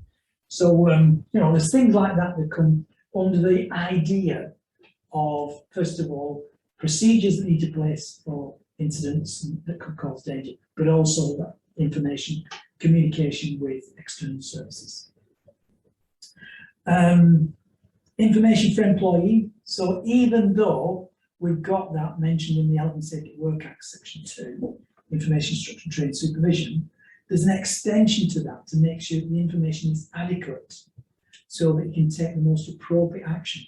So there's reference here to say, if you've done a risk assessment and you've identified these control measures in place, then people need to know about those control measures and the specifics of those safe systems of work and the specifics of how to use that piece of equipment so that it doesn't put them in danger, it doesn't put themselves or others at risk. Okay, so more information there for employees is needed. Regulations 11, 12 and 15 supports the generality of what used to be in place from the employee regulations and communication regulations. So it's saying that engagement, we found out that the more we engage with people, the more likely to cooperate. So we've got to oversee that, coordinate it. Yeah. And then we need that cooperation with everybody involved, including employees. So an extension there of employees' regulations to support their employer to make it happen. Capabilities and training, I put that under the heading of competence, really, because if you're capable, then you can be adequately trained, surely you're competent. So providing people, employees and others that are affected by risk, making sure that they are competent. Typically, I'll go into a company and do a training matrix, or in HR, perhaps they've already done a training matrix linked to the jobs, the tasks, the risks. And I'll say, well, according to this, 5 people need to be first aid trained, 8 people need to be fire marshal trained, 6 people need to be aware of COSH, supervisors need extra training, IOSH, and so on and so forth. Yeah, so the training matrix will say, this is what we're going to do, and there'll be some training record to say, this is what we have done. So you can do like a gap analysis and say, a bit more needs to be done, or it's all in control. It's driven by Regulation 13, capabilities and training. An extension there on duties on employees, and that is to notify your employer when things are not right. So it's not good enough to walk past a hazard and ignore it. You've got to have something in place that communicates with your employer and says, I noticed that hazard, it's a near miss, put it on a near miss form, do something about it. Yeah. Rather than 5, 6, 7 or 8 people stepping over that puddle, stepping over that tripping hazard, stepping over that earth cable that's not been connected properly, walking past that broken power supply, and so get them to do that reporting procedure. I did an inspection in a construction site a couple of weeks ago, and within the inspection, the accident report form had been filled in, and there was 2 quite serious incidents that took place, but the near miss and incident reported form was still in the cellophane bag, not been applied. So I said, it's a requirement under management regulations that people report problems, and if you did report the near misses, it's unlikely that you're going to have accidents. And when we talk about accidents and incidents and root causes, you'll see what I mean by that in terms of trying to control. There used to be, the last 2 though, there used to be legislation in place to look after the risks associated with young people and the risks for pregnant females and nursing mothers. It doesn't quite come across too much. But it tops up what I was saying before. If you think about it, I put it into 3 trimesters for pregnancy. So early days, high risk of miscarriage. In the 2nd trimester, it's more a case of pressure on the, more going to the toilet, pressure on the bladder, discomforts, maybe going to see, have appointments in place. Great, and more sickness in the 1st and 2nd. People who are suffering, let them get over that in the morning and then come in after a couple of hours and get perhaps 6 hours of prevention out of them rather than 9 hours. So making adjustments around there and do your first risk assessment, your second, and then finally your third one. In your second and third, ergonomics, manual handling, exposure to a certain substance that could affect the fetus or the baby before they're born, and so on and so on. Making sure that you've got a decent risk assessment, but also making controls in place. At the university, we had a quiet room, and in the quiet room, they could put their head down, and there's also access to a toilet. So if they're going to be sick, they go to the toilet, and then you lie down, 20 minutes gone, back to work. Not everybody does that, but there it is. It's an expectation under the legislation, and that's a good interpretation. Young people, they take risks, they're not aware of risks, they don't understand it in some cases, and if not been properly trained, you could put them into serious danger. In certain activities, there's prohibitions, things that they can't do. The one that still tickles me is use of a bacon slicer. So if you're cutting ham on a bacon slicer, they're not allowed to use that. Certain machines they're just not allowed to use because of the potential of them amputating a finger or having a serious cut, or chainsaws, not allowed to use chainsaws, could cut the leg off, things like that. There's certain activities, certain equipment that you're just banned from being exposed to. There's also, as a young person, as they're still growing and still maturing, if they're exposed to certain substances, more likely to suffer from cancer.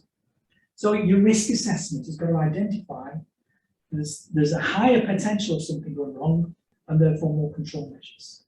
The number of young people that died on scaffold on construction site is shocking, because the scaffold was typically not protected as much as it should do, and they've stepped backwards to look at something in front of them, and by stepping back, they've gone straight on. Falls from that. There's loads of examples of that around young people.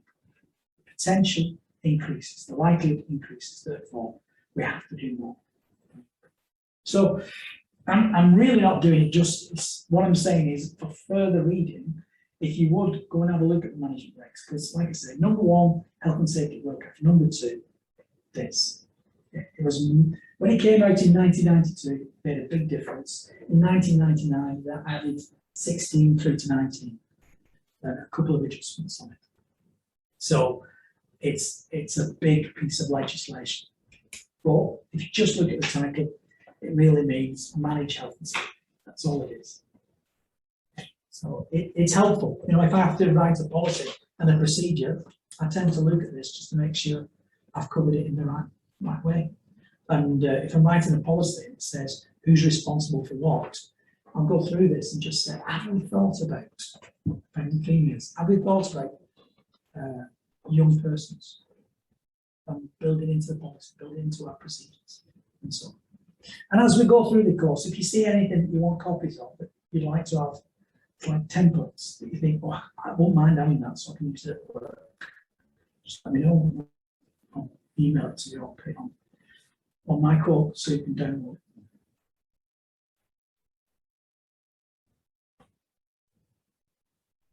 Okay, so with the management regs and the generality of the duties under the Health and Safety at Work Act, there's these expectations now linked to a variety of different bits of legislation, but common practice. Look at, for example, number 9.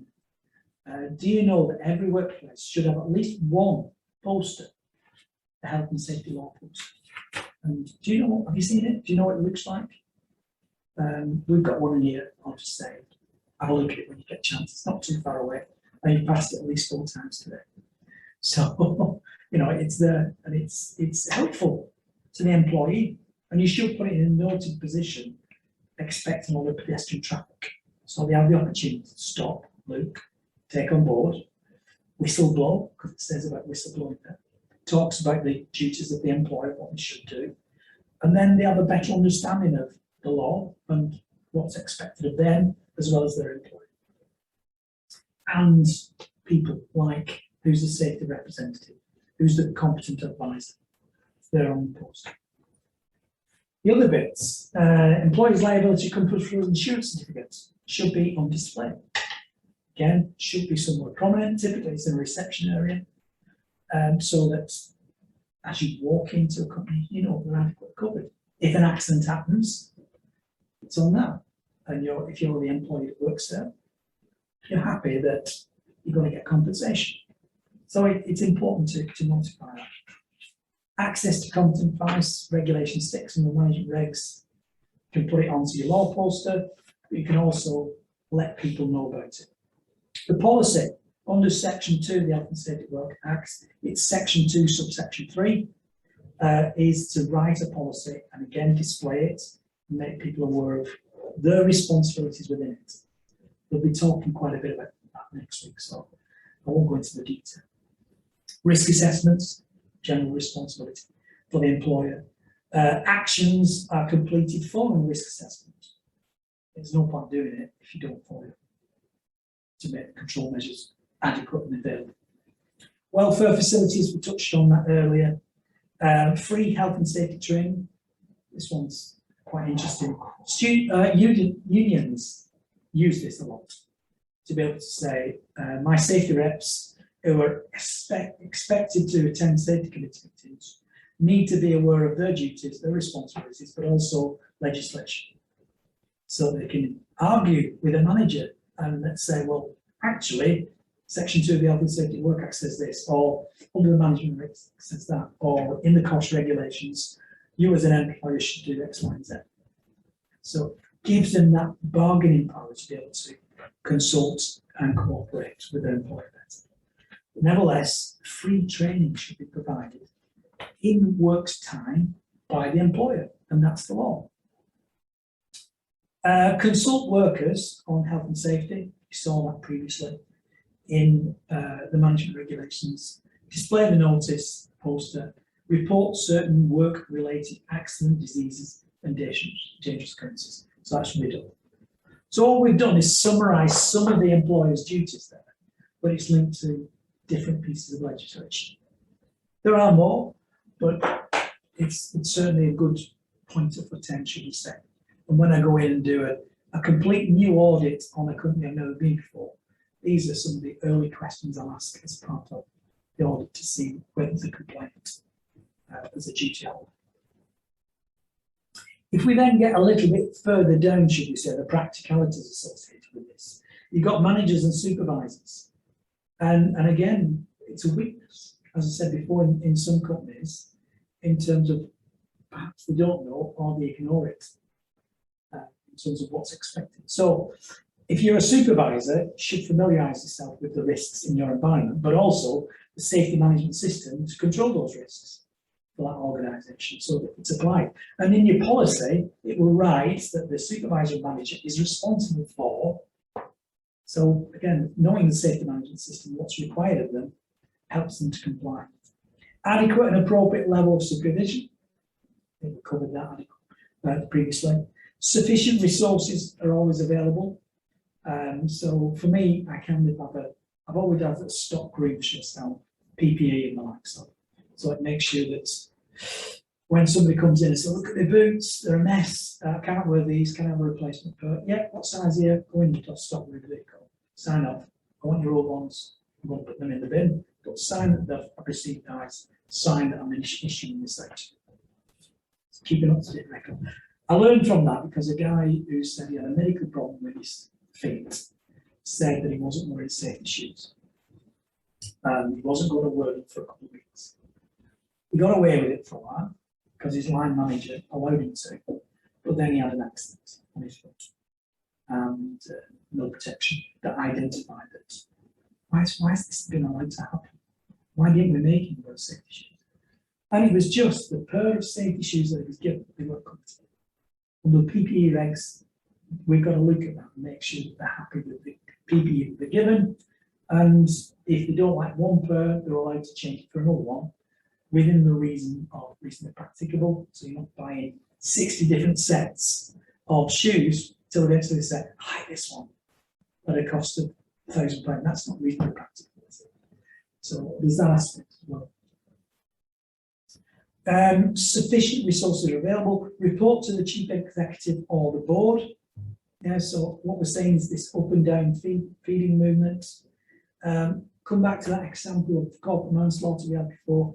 If that managing director is too far away from the workings of what goes on his construction site, he can't be held responsible. So what you've got to have is something in place that keeps them up to speed, know what's going on, can make those decisions. Another company I was in last week, hands-on, this managing director is hands-on. He's part of a development, property development company. He has 8 contractors working for him, but because he's hands-on, he's there all the time, and he's saying, don't do that, do this, change that, here's resources for this, constantly on the ball. He would be culpable because he's so close to activities. Whereas others, if you don't keep that communication going, they can't make decisions. One of my companies that I do work with, they say, you will always get the budget and resources for health and safety, always, but I need to know about it. And I need to know about it this year, and I'll do it this year, and next year I'll budget it to make sure it's built in. And we continue obviously. But if something comes around and they say, I want to cut budgets, and they don't know the bigger picture, then it's likely they're going to be in ignorance, cut budgets unnecessarily without the information they need. So make sure that's that reporting procedure. Managers and supervisors need to set a good example. News International used to worry me because some of the managers that were based on in the offices here would, the press hall was there, post press was there. The press hall was very, very noisy, and they would regularly walk through the press hall with no safety shoes on and no ear protection. And as much as they were saying, oh, it's all right, I do that, it's not. That's not the point. He's not setting the example.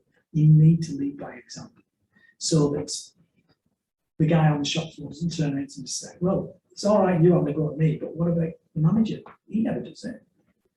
So it makes it harder for us to do our job if they don't set a good example. They've got to monitor, they've got to supervise, they've got to check and make sure that the health and safety standards remain to the level expected. And then obviously there's training that's needed, whether it's basic training, induction training, refresher training, that constantly needs to be, and it's their responsibility. They've got to take them away from the service or the production to be able to say, all right, this afternoon we're doing a training session on health and safety. Right, I'll take 4 off the plant and you can do the training this afternoon with us. Yeah. And what I do is I write these into the safety policy, and then I give the supervisor managers specific training on the policy to let them know that that's the expectation of you to comply with law. That's your responsibility. Do it. And as much as they argue with me about not wanting to do it, it's that engagement, coercion, should I say, that eventually they come on board.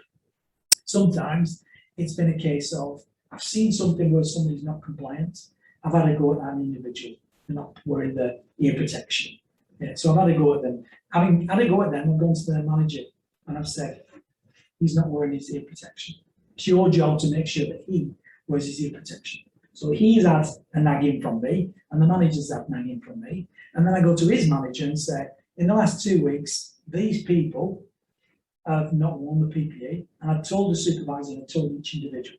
It's your job to tell him, and they need to comply with you. So if the supervisor's not doing the job, go directly to them and make sure that they're aware of it. You're aware of it, and close the loop. And again, lead by example.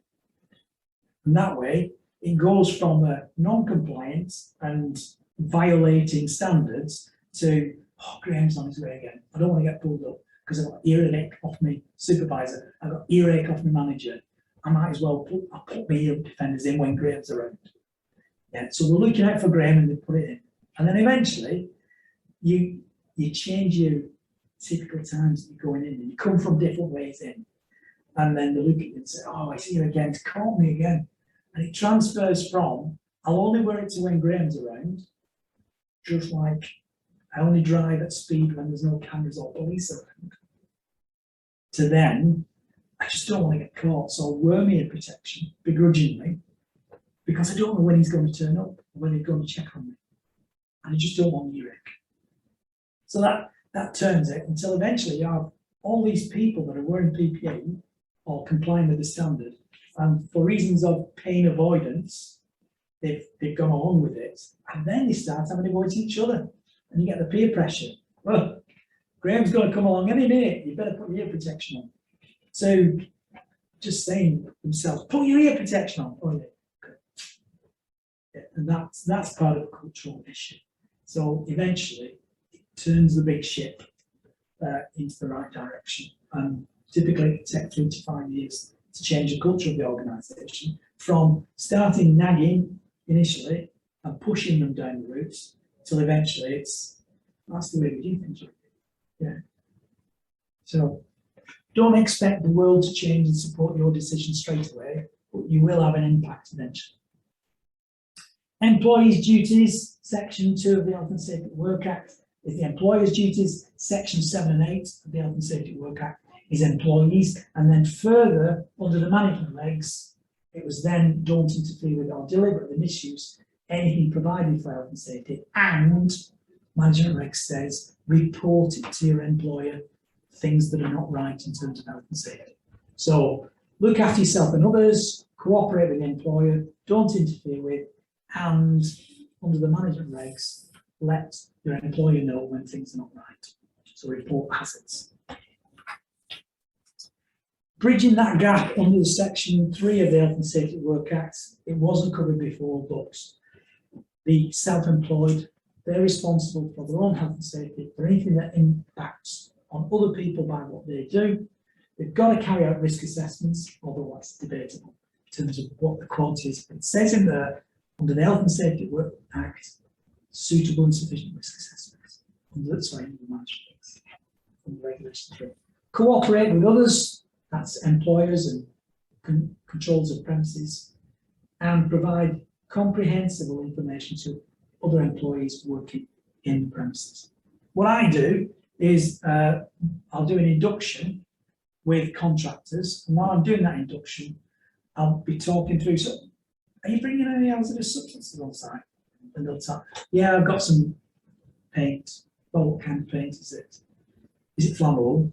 Or if it's flammable, then you can use it there, but you can't there because we've got ignition sources that could lead to, so a bit of banter's going on, but nevertheless, we're talking through hazards, and they don't feel as though they're on the spot, but they're sharing that information.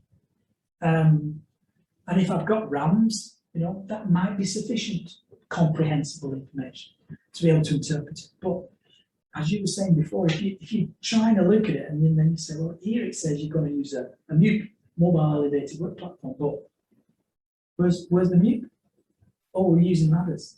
Well, in your RAMs, it doesn't say that. So that communication you have in the induction period helps to either set the standard and change things, or to say, I'm happy, are you happy? Let's get on with it. So clients and contractors, their responsibilities as well. Yeah, so have the right approach to it. Look about things like CDM is a driver on this one, but it's not just those environments. It can literally be modifications in the workplace where you bring in a contractor on site to deal with it. Before coming here this morning, I went to the gym in Leyland, gym, etc. It's one of my clients. It was a case of not being going to the gym and use the facilities, which I should do more of, but it was they're making some changes on the first floor. Going to take a couple of walls out. They're going to rearrange that area. They're going to do some decoration in the area as well. Graham, can you do a risk assessment? So there's loads of questions they're asking me. But it literally was, I get the information, and then once I've done the risk assessment, pass it to the subcontractors that are working for us to do that work, and say, right, there's the plans, there's what we're going to do. As part of the induction, chat, share the information, make sure that they do what they should be doing. Remind them of the duties and that sharing of information and how others can be affected by what they do under Section 3 of the Act. Good planning, good coordination, in some cases, good management or supervision is important on some tasks. If you think about LOLA, lifting operations, lifting equipment regulations, any lift should be planned. Any regular lifting activity should be planned out.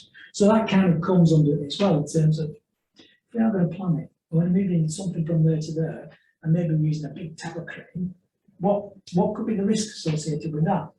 So you said, well, there's some lads working underneath you there, you're going to be lifting it up and carrying it over them, because if you are, it could drop on them. So is there a better way or a safer way of doing it? So plan it out, think about it, make it as safe as it needs to be. Use the term reasonable practical. But a big part of that is those management, those contractors knowing the do's and don'ts and the variations on it. So I think Debbie mentioned before the CDM coordinator. It used to be in the old CDM regulations. There's change now in terms of responsibilities, and it comes under the designer's responsibilities now. But the focus is very much on, throughout the variations of the project, is to make sure that the monitoring and checks are in place to maintain safe standards.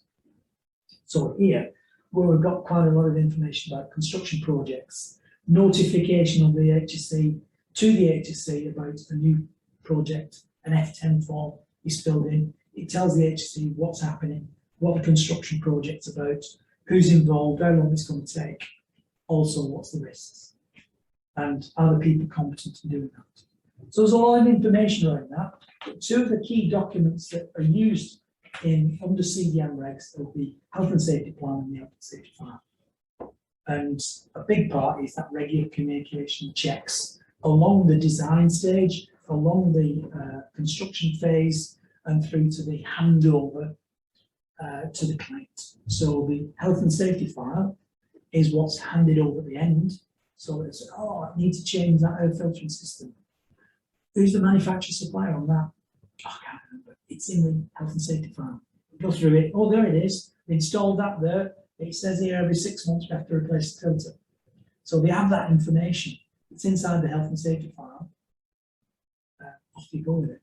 And it means that once that project is finished and it's handed over to the client, more than likely they'll have enough information about the building and the equipment that's used in it to be able to then say, how much maintenance, how much servicing do we do, how many checks do we have to do, and so on and so forth. So it's all there in the health and safety file. The plan precedes that. The plan is about making sure the construction phase, it remains a safe activity throughout. But a lot of the information is then transferred to the file so that having completed the project, the information is still there. So CDM kind of helps us down that route of managing contractors. But there's more you can do than construction-related contract management. There's also maintenance and servicing contracts that need to be considered from others as well. We're using competent people or competent companies to provide those services. So you might do pre-use checks, you might do tendering systems in place to make sure that you've got the right people for the job. And you ask for, what's your history? What's your compliance standards? Have you got a health and safety file? Have you got policies and procedures? Are you SIP or CHAS or other qualified labelled systems that have made them go to health and safety courses to improve their knowledge and understanding and application of safety standards?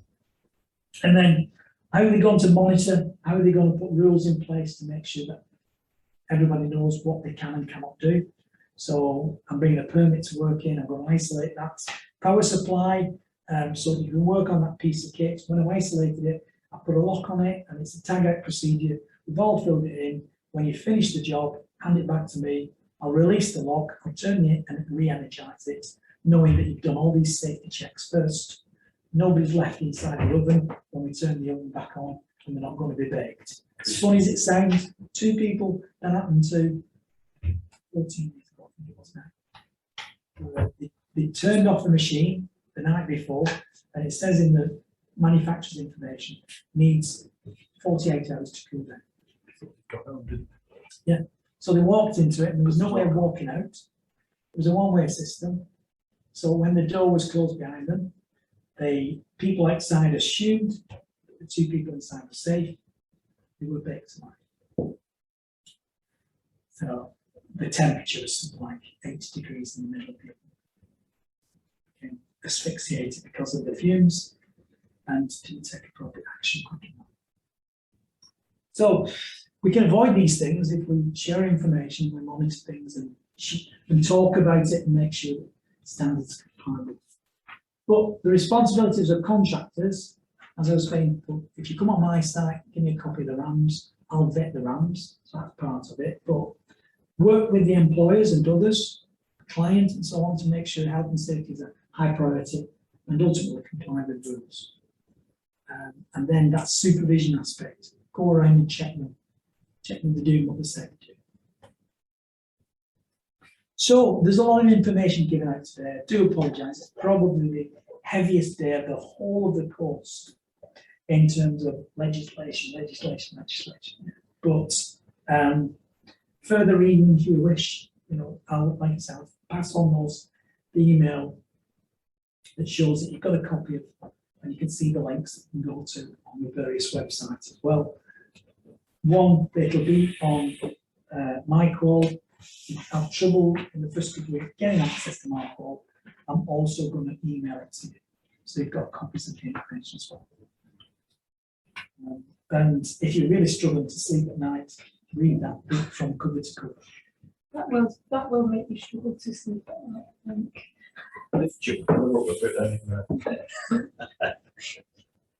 Can I just check, in the last slide, in that handout, does it have these questions?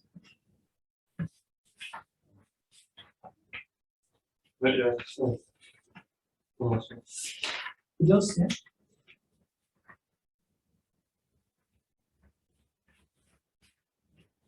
I don't think so, no. Is it not? No. Don't worry. They're on. It's just got like the links, I think, yeah, to legislation. Okay, so it's on my call. Yeah, if you can download these from my quote and have a go at them. It's just our way of summarising that we've taken them in some of the things that we've talked about today, but also it's the old style of questions. And yeah, good idea. It'll take, I don't want you to take longer than half an hour to answer. So 15 minutes for each question. I don't expect a lot of detail in your answer, but it's just getting you to consider what the terms are, what the interpretation legislation is, what is considered suitable and sufficient. So, in the old style exams, you would expect to cover 3/4 of a page answer on each one, and your time limit would be 10 minutes. Time's been not really an issue now. Although I would say don't spend longer than 4 hours on your actual exam questions. And the amount for this one, bring it down, half the amount. We'll talk about it. You've got my email address, you can send it to me, but also you've got Debbie's email